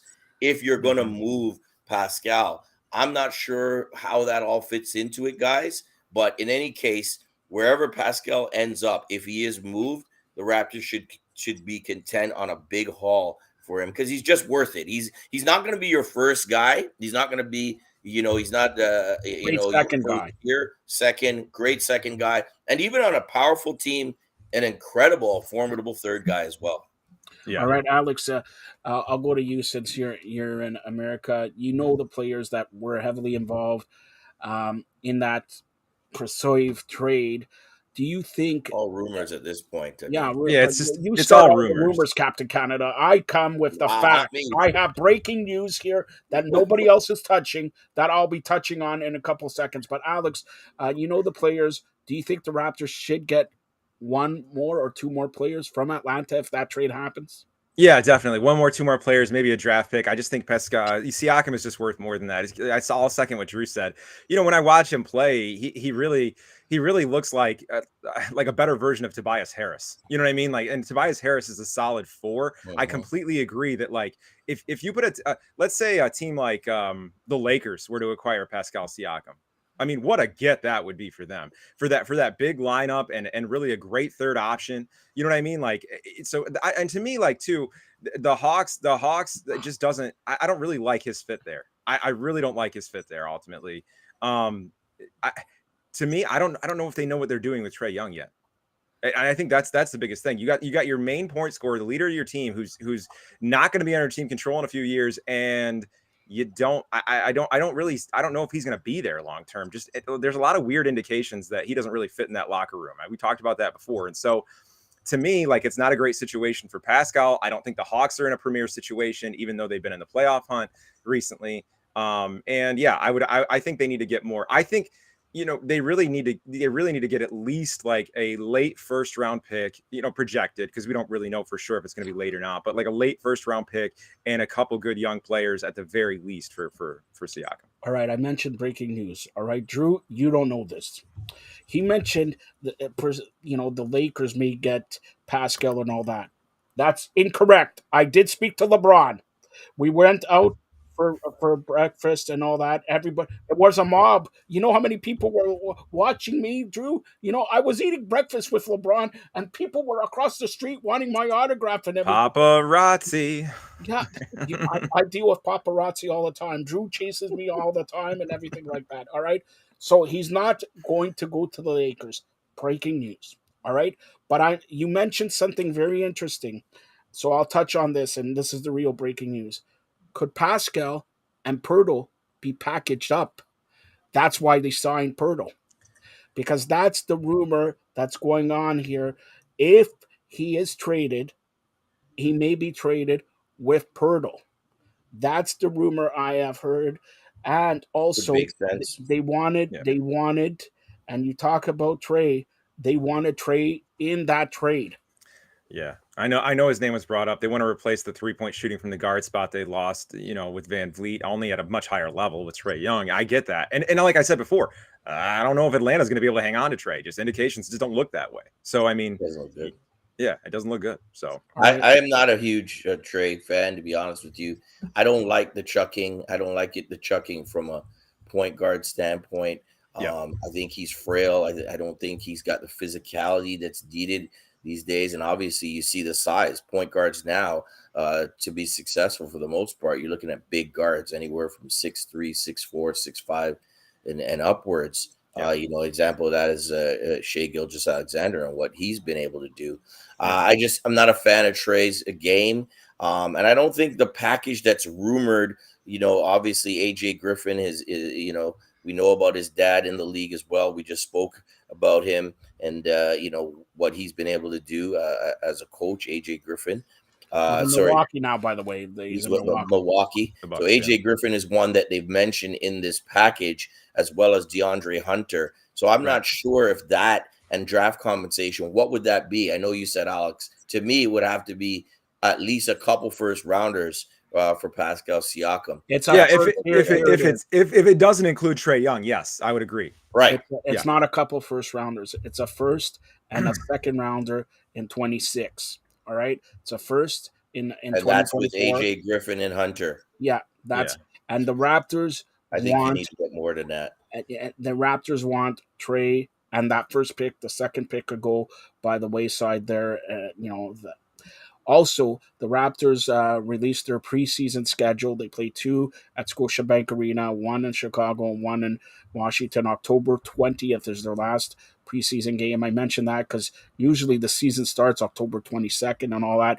And next week, I have heard that the schedule will be coming out. Drew will be off for Christmas. The Raptors will not have a Christmas Day game, but Drew, even though I'm Jewish, you could go to December 24th and get me some presents. All right, Tim Horton card or whatever. All right, so let's. I want to touch on before we get back to the NBA, WNBA. I don't know if you saw, the commissioner revealed a list of possible expansion cities. Toronto was on the list. I didn't see it. No. Yeah, we have to be on the list. Google that because I think there were 8 teams. All right, so I'm going to break this. This is the news here. Toronto is getting a team. I heard 25 or 26. 2025 or 26. Toronto's getting a team. If you, Drew or Alex, did you Google the? Yeah. All right. Can you run down the list of potential cities? Because I have heard 2 in 26, 2 more in 27. Yeah. So it looks like the Bay Area, which means San Jose or San Francisco. Yep. Nashville is on the list. Toronto, as you mentioned, Austin, Texas, Denver, Colorado, Charlotte, North Carolina, and Philadelphia, as well as Portland. All right. So this is, I heard Toronto in 26, and I heard either the Bay Area or Portland in 26. In 27, they want Nashville and the other teams you mentioned. Nashville, Nashville, Austin, Texas, Denver, Colorado, Austin, Texas. Charlotte, North Carolina. Denver's in that list. Sure. It's Denver, and I think you mentioned Charlotte. Charlotte, North Carolina, yeah. Yeah, they want Charlotte. They want Denver because they're the defending NBA champions. But Toronto is on the short list. 4 teams by 26. That's what I heard. 4 teams by 26. And of course, Drew, they're building, like we spoke about, roundabout way, Scarborough Shooting Stars, 5,000 seat arena. Okay, right beside Scarborough Town Center and all that. But it looks like the Maple Leafs, to this point, Maple Leaf Sports Entertainment, are not going to be involved in this venture. Is that a good thing or bad thing, Drew? I mean, ultimately, you have that huge engine of MLSC that could push and drive, obviously, a lot of their business as far as merchandise, as far as the team. So that's surprising. If they're really not going to get involved in this, very surprising. I mean, as you mentioned, with Sami Ibrahim making some moves, I'm not sure though if a 5,400 seat arena would be enough to fulfill the requirements of the WNBA. But one thing's for sure, if it was there, it would be packed every night and it would just be so loud and incredible. But I mean, I can't see, I just don't see, guys, MLSC sitting out on this, especially knowing they're an organization that preaches, being equality, a lot of women in the high ups as far as management in the Raptors and in other areas in the MLSC. So for me, it would be surprising that at some point you would have to see MLSC getting involved. I agree. At some point they are going to get, but my thing is, to this point, they haven't been. So that's surprising to me. Surprising. Very surprising to me. You saw. I mean, what else do you need proof to know that you want to be involved in this with that sold out game? A lot of records there and just like the support. Now, you also have to question, are people fair weather fans here in Toronto? There's a lot going on in this city, Alex. And, there's a lot of people that jump on bandwagons and they can jump right back off. So is this support for the WNBA going to be there in 30, 40 game season? Is it, if it's going to continue as well during the summer? Yeah. Is that going to be an issue getting fans Absolutely. out? And the question that I would ask on the back end of that is NCAA women's college basketball going to continue to fuel that fire? Because I'll tell you, I love it. I'll tell you, I've been watching it hard. I mean, look, if the stars don't show up, I mean, like if the lights go out on that front, the WNBA is going to follow suit. I mean, that's just the reality of it. So NCAA women's, like, Paige Buchers and all that, they have to hit a home run like they did last year, and continue to do that, because that is going to prop up the WNBA going forward. That lifeblood of constant. See, that's what the NBA has, is a constant lifeblood of talent that just never stops. And really, what the WNBA could benefit from would be growing the game internationally with other women. And I know that's tough because you look around different countries in the world, and a lot of times women aren't propped up at all in society, let alone in sport and professional sports. But there are areas, especially like in Western Europe and Scandinavia and things like that, where basketball is catching on. And I think, just like we see the NBA and the NFL try to expand to Europe, I think the WNBA really should take a hard look at that, because that could be a huge get for them. Because look around the NBA right now. The last 5 MVP winners, have not been born in America. Foreigners, yep. All right, and so we'll close out. You mentioned the NCAA, but Drew, you were part of the Pro-Am here in Toronto. Great event and everything like that. Let's talk. Of course, NCAA will have a game in Toronto, I believe, in December. Drew, you'll talk about that too, but go ahead. Yeah, the Pro-Am, unreal. There was actually a couple Pro-Ams. There was the Ball Don't Stop Pro-Am. A guy named Eckham out of Vancouver puts it on. They're actually having a second one in Vancouver, I think, the weekend after next, which should feature the guys like Jamal Crawford and those West Coast guys, Seattle guys doing it up. Yeah. But man, what a spectacle it was at the Pan Am Center. The Ball Don't Stop Pro-Am. They had a junior boys all-star game. They had a senior boys all-star game. And then they had a men's kind of pro, semi-pro, men's league kind of game, which was very competitive. And they also then, the fourth game was the main event, and that featured Shaden Sharp, Kenyon Martin Jr., and Dennis Smith Jr., amongst a few other guys that dabble a little bit in the NBA and high-level pros. But man, oh man, Dennis Smith Jr., if he can play the way he played there, obviously it's a pro-am, and he's back in the league again. Man, I really don't understand how he's not in the league. So super athletic. Trey Burke as well. I believe he just signed a contract. Yeah. He lit it up, I think, for 50 Michigan points. man, Trey Burke, by the way. Also. Yeah, Michigan man, Trey Burke. It was just great to see. It was fantastic to be there. The energy was incredible. I think it was about 2,000-3,000 people in the gym. A little stuffy, a little sticky, but it was great. And then follow that up the next day, the Toronto Pro-Am Championship. Unfortunately, with the Toronto Pro-Am, they actually got a lot of our Canadian NBA's players to play in the weeks leading up to the championship. Dylan Brooks played in the semifinal. Eugene Omarui played. Leonard Miller played. Andrew Nemard played. You go down. Nikhil Alexander Walker was outstanding. Unfortunately, Team Canada camp was this past week as well, so those guys weren't able to participate in the championship. Boom Squad won it though. That was the team Nikhil and Leonard was on. Leonard actually went down in the game. He had a sprained ankle. It was before I got there, guys. I don't think it. I'm hoping it's not serious, but he went down. I think he stepped on someone's shoe, so he went down in that game. But congrats to Boom Squad and the whole crew from up in Vaughan, Moots and those guys that put the team together. It's hot, Alex. The Pro-Am, atmosphere is back. We used to have the Crown League, which was another Nike Pro-Am a few years ago. Just people wanting to come out and see NBA ballers do their thing. So it's fantastic. I'm not sure what you guys have down there as far as summer ball, but if you guys don't have it, you guys need to get that. And Drew, have you heard? And maybe I'm breaking news here. Have you heard of the new OVO league that's apparently going to start up next year? Not surprised, knowing that Drake has a league in his house that they that I played in. I schooled Drake, man. I schooled Drake. He was here, and I sent him to the bottom. All right. There you go. Nobody knows the stuff I do with Drake, man. And by the way, speak about collaborations. Here, I'll break this, Drew. Drew, and Alex, you're gonna love this. I'm in negotiations. And Drew, where I'm going with. Yes, we have Tracy Murray. Yes, we have the Junkyard Dog. But I have to bring back, since I have somebody from Detroit area, from Flint area. We are in negotiations to have once or twice a month Morris Peterson joining once again the Fired Up Network and LSU famous coach. Drew.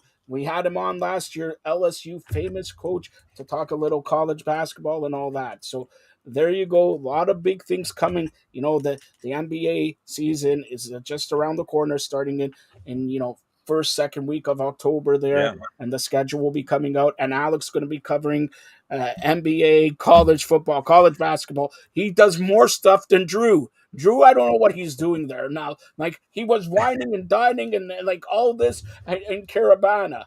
And thank God I did. He's young. He's got the energy, man. I got to slow it down now. Yeah, well, when you're 60, you got to slow it down, Drew. All right. When you're 60, you got to slow it down. All right.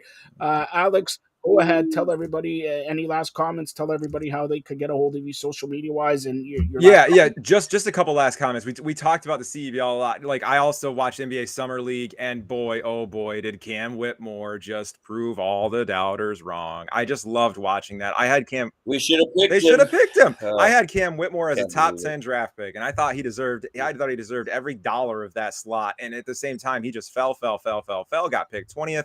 And lo and behold, the Cavs win the Summer League against all the other rookies, led by Cam Whitmore. Amazing. I just love that. And the other thing I want to mention about the NBA, the most intriguing, personal puff piece storyline I've seen so far over the summer is Dion Waiters. Have you guys heard about this? Yep. The Dion Waiters comeback that started in a tryout at a middle school gym. Warriors are talking to him. The Warriors are talking to him now. Yeah. Waiters claims that what happened is his son asked him a very poignant question, and it would just cause a revelation in his mind. He's now come to terms with the fact that his NBA woes were mostly his fault, where he used to just blame everybody else. And, he's 32, 33 years old. I mean, if there's any tread left on those tires, I think people forget how good Dion Waiters was and how really he did get in his own way a lot. He's one of those players that, like, honestly could have been a key piece on many, many deep title runs, on many deep playoff runs. And because let's be honest, he's also one of LeBron's guys. LeBron likes Dion. So, I mean, he really could have been a key role player on a lot of those teams. And he ended up, having a few flash moments. I mean, he led a few comebacks for the Heat when he was there. He just ended up, violating team rules several times and eventually, flunking out of the NBA. So I'm excited to watch Dion Waiters. This is the same thing that happens to Drew. I had to build his career up after, he was struggling. When were we going to get an NBA team? I go, don't worry. Keep up. You're Captain Canada. I'm going to give you the name Captain Canada. I still don't get royalties, all right? When I were building up the WNBA, I said, well, let's build up Scarborough. And look, they're building a new arena. He went out of his pocket and got season tickets there. See, people should listen to the president of provinces of Canada, the mayor-elect of North America. Go ahead, Drew. No, I agree. All right, so you can find me at Fired Up Alex on Twitter, at Fired Up Alex, I should say, at Fired Up Alex on Instagram. And, of course, I write for the Fired Up Network here on the website. I just put out a banger of an article on the Red Sox lack of any movement at the trade deadline and what it means for the team the rest of the season. Like Joe said, I'm also going to start covering college football, which is, honestly, my the biggest love I have in all of sports, and the NFL. I got a really cool debate show coming out with the Snowman. So, I mean, I'm just really excited about, the next few months and all the future here at Fired Up, and what we got looking down the pipe. And then the week when we have you on here for Ballin' or NBA Jam Ball, I'm going to ask you one final question with Drew here, and whoever Philadelphia picks, you have to go and debate with Drew, because Drew likes the Eagles. They're full of cacas. All right, they're full of caca. They lost in the Super Bowls. So like caca. And by the way, I may predict the Super Bowl. I'm leaning towards the Buffalo Bills, of course, and Kaka themselves, because every time Buffalo goes to the Super Bowl, they play an NFC East team. They lost twice to Dallas, once to Washington, once to the Giants. So it's about time. Philadelphia never has luck. They're worse than Buffalo, never have luck, even though WrestleMania's in their city next year, WrestleMania 40. The Buffalo Bills. Well, I'm really interested to see, like, I'll bring up a really old name. Okay. Rick Meyer. All right. Yes. Rick Meyer. Great rookie season. Yeah. Phenomenal. Lit the world on fire. Then the NFL realized he couldn't throw it to the left side. So what did they do? They just overloaded the right, and all of a sudden his career went down in flames.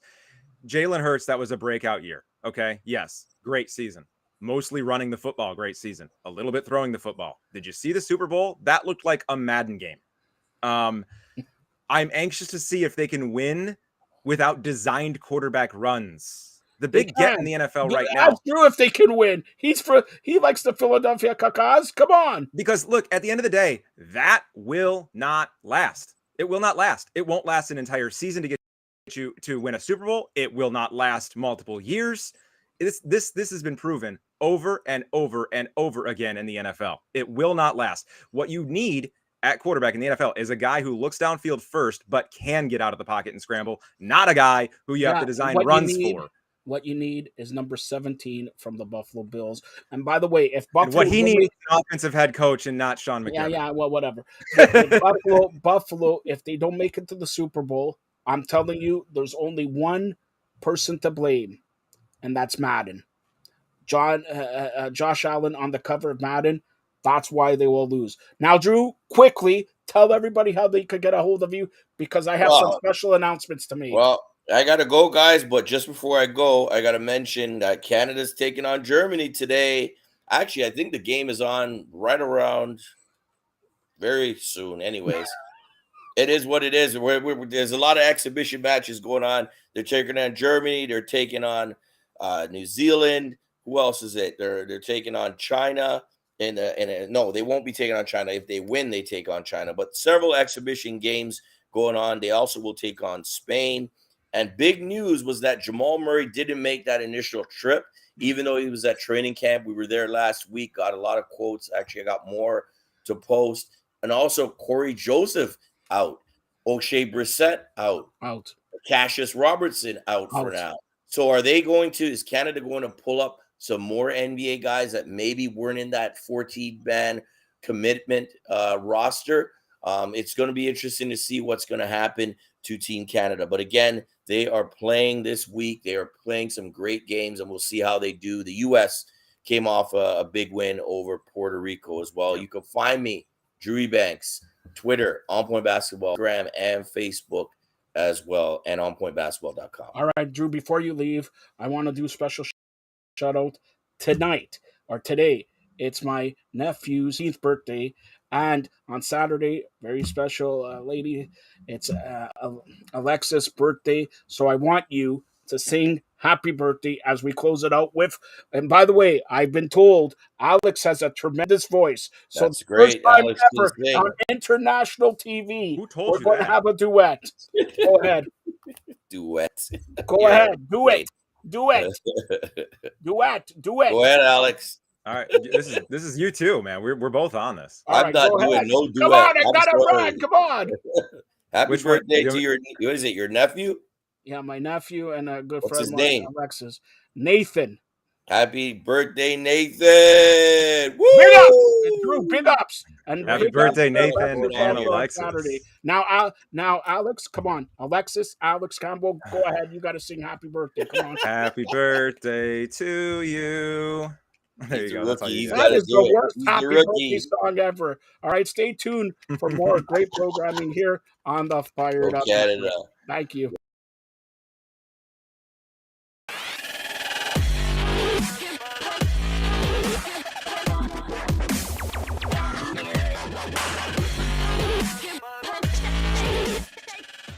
What's up, everybody, and welcome to ITG Daily, the show that brings you the hottest in gaming news each and every day. I'm Drew Bosley, that's Scott Savage, and you can join us over at InsideTheGame.ca, YouTube at Inside the Game Official.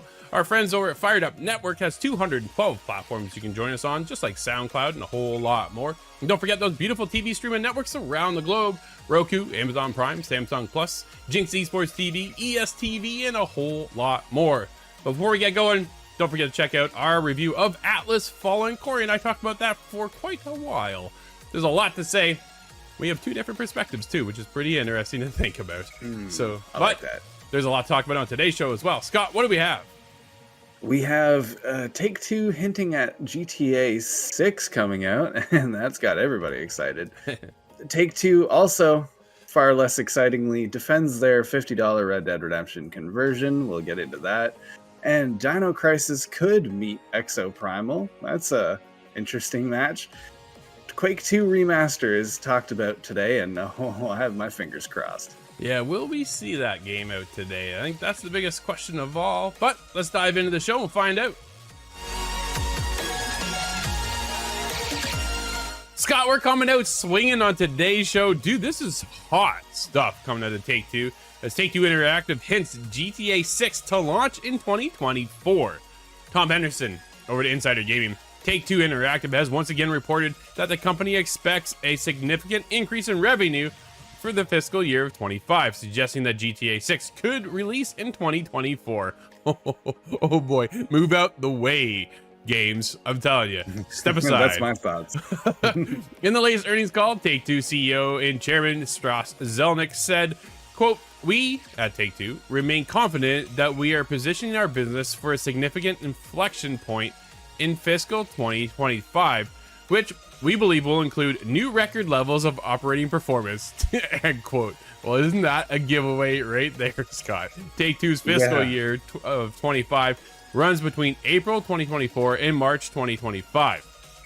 Whilst to some the news might just be buzzwords for investors, Take-Two is expecting a total of $8 billion in net bookings next year. That means versus the current fiscal year production of $5.5 billion. Take-Two is expecting an increase of $2.5 billion alone for next year. If the publisher prediction is because of the long-anticipated GTA 6, not only could a reveal date be imminent, but we could expect GTA 6 to release somewhere around September to October 2024. Judging by the past reveals and releases of Rockstar Games, the developer behind GTA 6, it's likely that the announcement of GTA 6 will be made around October 2023. We can then expect the game to launch 12 months later. It should also be noted that Rockstar Games and Take-Two Interactive have a tendency to delay their games too. Scott, are we setting up for one of the biggest launches in history next year? It certainly would seem that way. There's a few things that come to mind when you could actually attempt to break Rockstar's own records, and that has to be GTA, surely. But if they are expecting an increase of 2.5 billion next year, what is that going to be? Is that based on the announcement of the actual release date? Is this perhaps a reveal of other things they have under the hood right now? Red Dead is in the spotlight, and we're going to get to that. But I'm wondering, what else could there be coming out of GTA, or Rockstar rather? You nailed it. GTA. Like, there is nothing. Well, there could be, but nothing to this scale, right? I think that's the biggest giveaway right there. When they're saying they're going to have an increase of $2.5 billion, there's only one game on the planet that can do that. Dude, there isn't another game around. Perhaps Fortnite, but... Well, okay, well, yeah, but still, they're at a different level. That's just a whole different game altogether. And they just introduce more skins, and rework the map. But when you have a fresh launch out of Take-Two, which then goes down to Rockstar, dude, there's only one title that can hit this hard, right? And it has to be GTA 6. A lot of us weren't expecting GTA 6 until sometime in 2025. It's been over a decade now that we've been playing GTA 5, and granted, I was just in it again this morning, having a blast. So here we go. It still keeps generating money. We talked about it just the other day on the show that two of their executives are making $70 million just off of Take-Two microtransactions and stuff. They're going to get another boost here, Scott, next year when all this drops. But again, GTA 6 will probably take the world by storm. We're in for another story. And of course, you have to think GTA Online 2.0 is coming as well. Yeah, I just had the thought. Do you think any of these assets or my money is going to carry forward into the next GTA Online? I thought maybe that would be a nice way of easing everybody into a new environment. But then again, absolutely the shark cards is what's made them probably $1 trillion so far in total. Yeah. So I'm sure we'll be back to square one. I guarantee you we're starting all over, right? We're going to get into a fresh update of the engine. We're not going to, if you take a look at GTA 5 when you're in there and you're playing, it looks good. Dude, the sun was blaring this morning, and I'm like, I'm having a hard time to see. It was awesome. But it's not that level of polish we get out of Red Dead 2, as an example, when you take a look at walking through that world. Like, that world is absolutely beautiful. That's what I expect, and then even a little bit more coming out of GTA 6 is how much more is the graphic fidelity going to upscale? Are we going to be at 60 frames per second? I think we're into a fresh, brand new start. You're not going to carry over anything just because it is 10 years old. They keep updating the game, That's dude. true. There's always new events coming around, but they're just going to just go fresh start, and then you just watch the charts just skyrocket because everybody's going to be on it day one. There's going to be so many crashes. Here's what happened when GTA 5 launched. You had the game for about a month, and then you had GTA Online drop, was it 6 months later? I think it was several months later, yeah, and it was still broken for several months after that point as well, which made me wonder, do you think we're going to get GTA 6 Online at the same time? Or will it be another delayed release? Is that perhaps going to come in 2025? That's what I'm worrying about. Which is fair, right? Right now, we're having so much fun online together, going out as a crew, running this mission, that mission, heists, all these events that we're so accustomed to now at this point. You think they kind of need that as well when they launch the game? We've seen the split launches when you talk about Halo, right? How it launched out in chunks. And there's been other games to follow as well that haven't done as well. I think when it comes down to it, though, GTA is just at another level that they can launch just the base game, let us dive into that world, dissect everything that's in there, because granted, we're going to be here for a while just doing the single player content, and I'm okay with that, and then launch the online 2.0 or whatever they're going to call it at a later date. Let me get into the world of GTA 6 finish out that campaign, and then be able to move on afterwards. Because if you drop both at the same time, you're not going to have that same impact, I don't think, Scott, because everybody really is going to just jump into the online component and leave a little bit of the story stuff behind, which they're going to miss out on probably some of the greatest content of next year. Oh, that's true. And it makes a lot of sense to kind of extend that time period, that mind share moment with 2 releases. That could work as well. Absolutely. That's a fantastic idea right there, right? You keep the GTA conversation going by going, hey, here's the base game. I think, like, dude, I almost guarantee it. This is what they're going to do. They're going to give you the base game first. And then as that starts to wrap up and people are phasing out, but they're still posting content, like, dude, it's going to be littered. They're still littered with content each and every day on GTA 5 and GTA Online. Wait till 6 drops. There's going to be months of this content. And then when you do a fresh launch going, hey, by the way, here's a whole showcase just on the online component, that spins up that conversation again. It gets people excited. And then they jump into another fresh piece of content. And then here we go for another decade, you figure? Of GTA Online? At least. Probably. I would expect another 10 years, but I'm hoping their server capacity can handle a fifth of the planet getting on board on day one.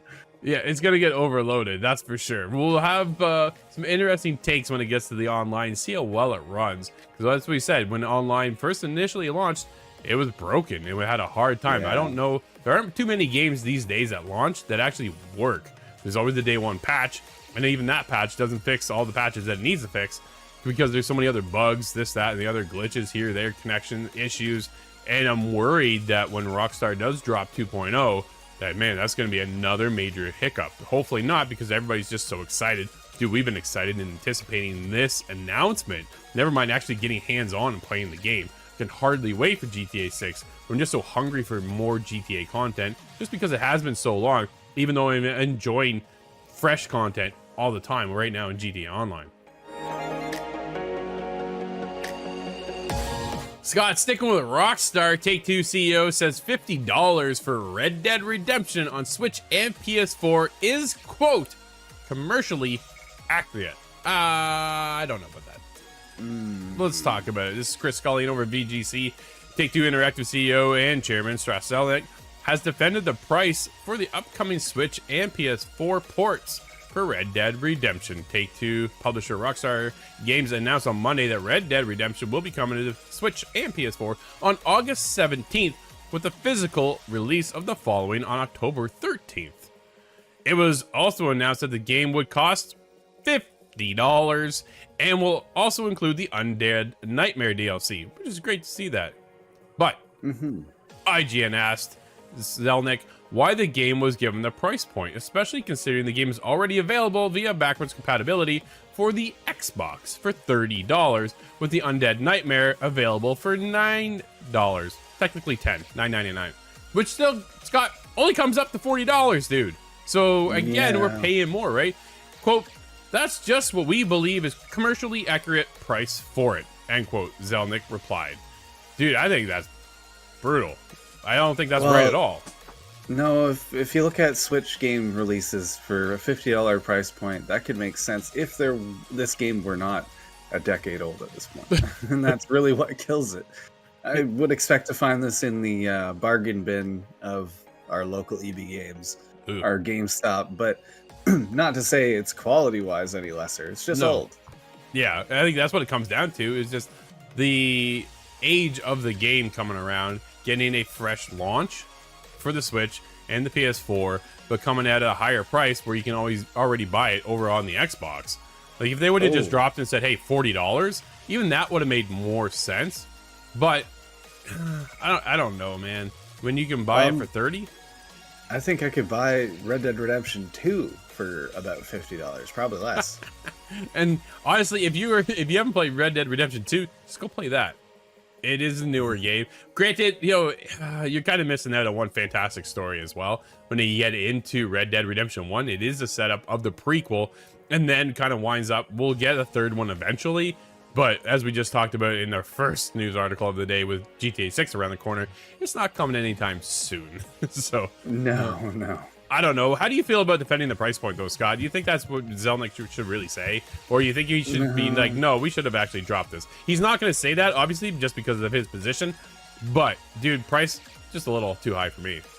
Yeah, I think here he's held in to have to be defensively. That's his position. But at the same time, well, I think they're thinking about it. The backlash has been unsilenceable.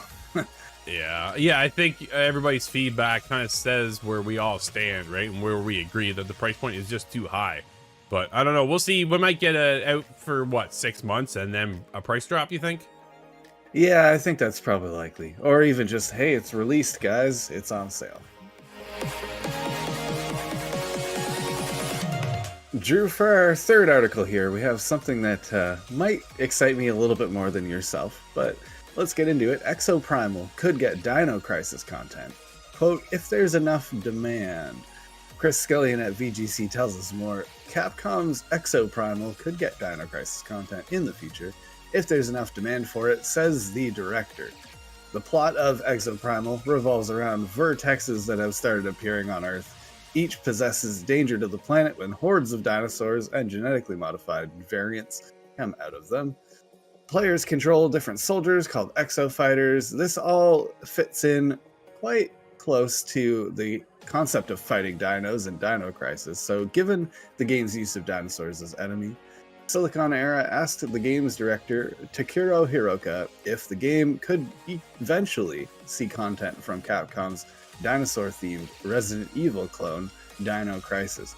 I have to mention that I have not played Dino Crisis myself, but looking back at it as a relic, oh, it looks interesting. Quote, Leviathan is the type of entity that will go into any means to collect a variety of useful combat data. Hiroka replied, if there's enough demand from players, Leviathan very well could make this a reality. Capcom has already announced that Exoprimal will be getting a series of Capcom collaboration content, starting with Street Fighter crossover during the game's second season in autumn coming up. The second Capcom collaboration will add Monster Hunter content in Season 3. Okay, these make a lot more sense. But when asked about what other content he'd like to see come to the game, Hiroka replied, quote, I think it would be a lot of fun to have a collaboration with the Mega Man series, which I've been playing since my younger days. The idea of going head-to-head with monsters from the fantasy world of the Dragon's Dogma series personally excites me as well. And that's the end of the quote. To which I have to say, Mega Man, I don't know if I see how that fits in. Monster Hunter makes a lot of sense until you realize they're shooting grenades and stuff. It's an interesting thought. To me, they're trying to line Exoprimal up to be like Fortnite, in my eyes. I think so. Right? I think that's the approach. They see the wave of content coming in on a consistent basis for Fortnite. So how do you capture some of that? Well, we just introduce other crossovers. And because of the way the Leviathan is set up, it is an AI-generated concept of they just keep making these little scenarios where you jump into these battles over and over again. So technically, they could do a little side piece of content, story-wise, set it up, and then just drop new content in all the time, Scott. And for me, to me, I feel like they're just stretching this a little too much. And it doesn't feel like it's actually proper, but I get it, right? I get the concept. I understand where they're coming from. But for me, it's just a weird take. And Exoprimal was initially announced. People kind of, when they first saw the trailer, like, is this Dino Crisis? Like, that's the game people really just wanted in the first place. Instead, we got Exoprimal. Granted, it hit 1 million players over on Game Pass and everything else and just around the world. So it's done pretty well. It's not to say it hasn't done successfully well when it's launched. Is the content going to keep people coming back, though, Scott? I bounced. Dude, our review lineup is just out the window right now. So for us, there's so many other games. How do they keep people invested? It's not just us too, right? It's gamers on a daily basis. When everything is dropping, dude, wait. Like, we're getting into thick things right now, but September hasn't even dropped yet. And the content we're about to get for all of that is frightening.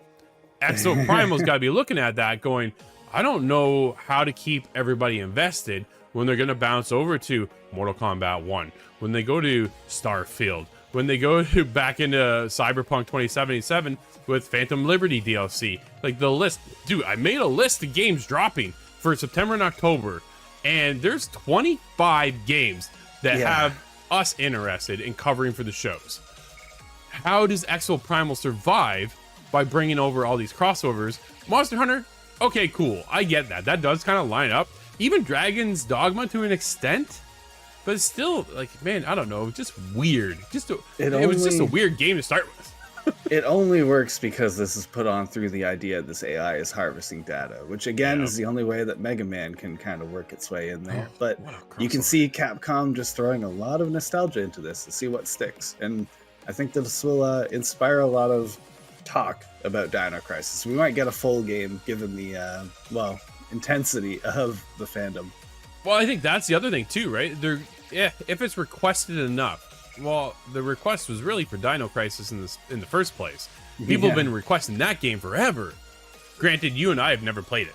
I've never played it, but I've heard the fandom out there, and I've talked to so many other people that do love that franchise that it's just been dormant for so long. Why not bring it back, revitalize it, bring it into a new era, and have that, honestly, just replace Exo Primal, maybe? I would not be upset. Another topic that's certainly more for myself than for you, we have a bit of an interesting situation developing with a Quake 2 remaster. It's claimed that will be released today. Chris Skellion has given a little bit of a summary here. Bill Kuhn, who has been accurately leaking game announcements and release dates for some time now, says that the game will be released today at 1 o'clock Eastern time. That's our time zone now. Yep. They also say the game will cost about $10, but it's not yet clear whether it will be called Quake 2 Remastered or Quake 2 Enhanced, although a South Korean rating for a game called Quake 2 Enhanced was spotted by Gamatsu in June. I'd say that lines up pretty well.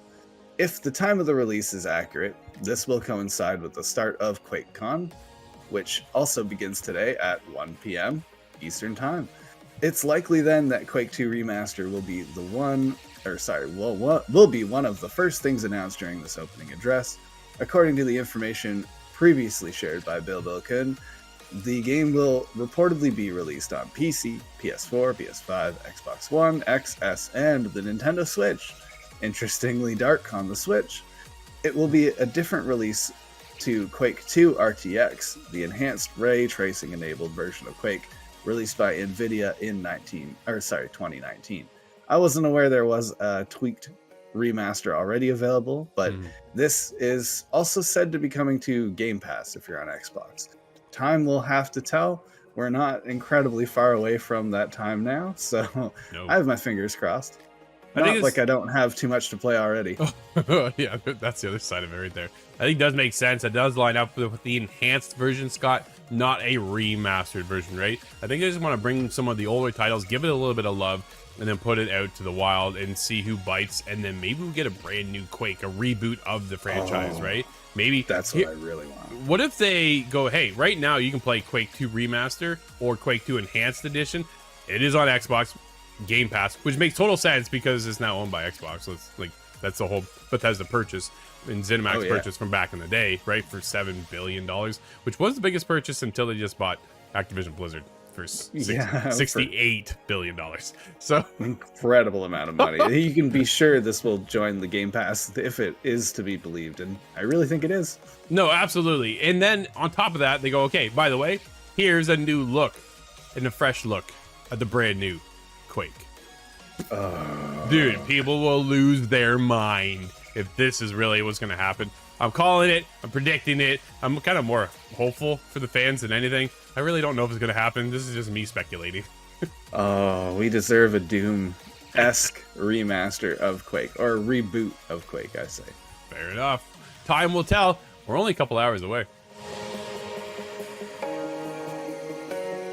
Well, Scott, there are a ton of games on the forefront, but there's also a couple games out today. What do we have? We have an expansion, first of all, for Wall World, a beloved title with both of us. That is the Wall World Deep Threat expansion, and that adds a lot more of the storyline and content to our vertical tower defense game.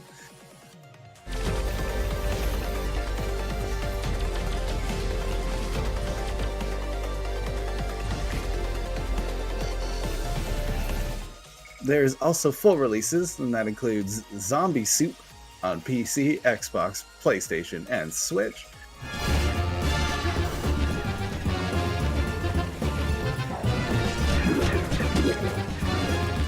Stray on the Xbox system. I really want to play that.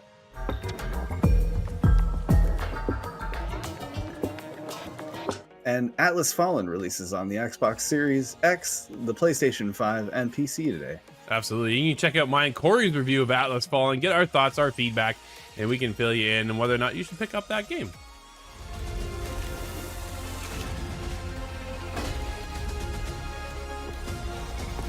For the worthy to live in Thelos' light, the unworthy must.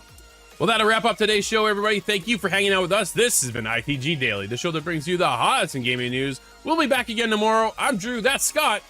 And we'll see you inside the game.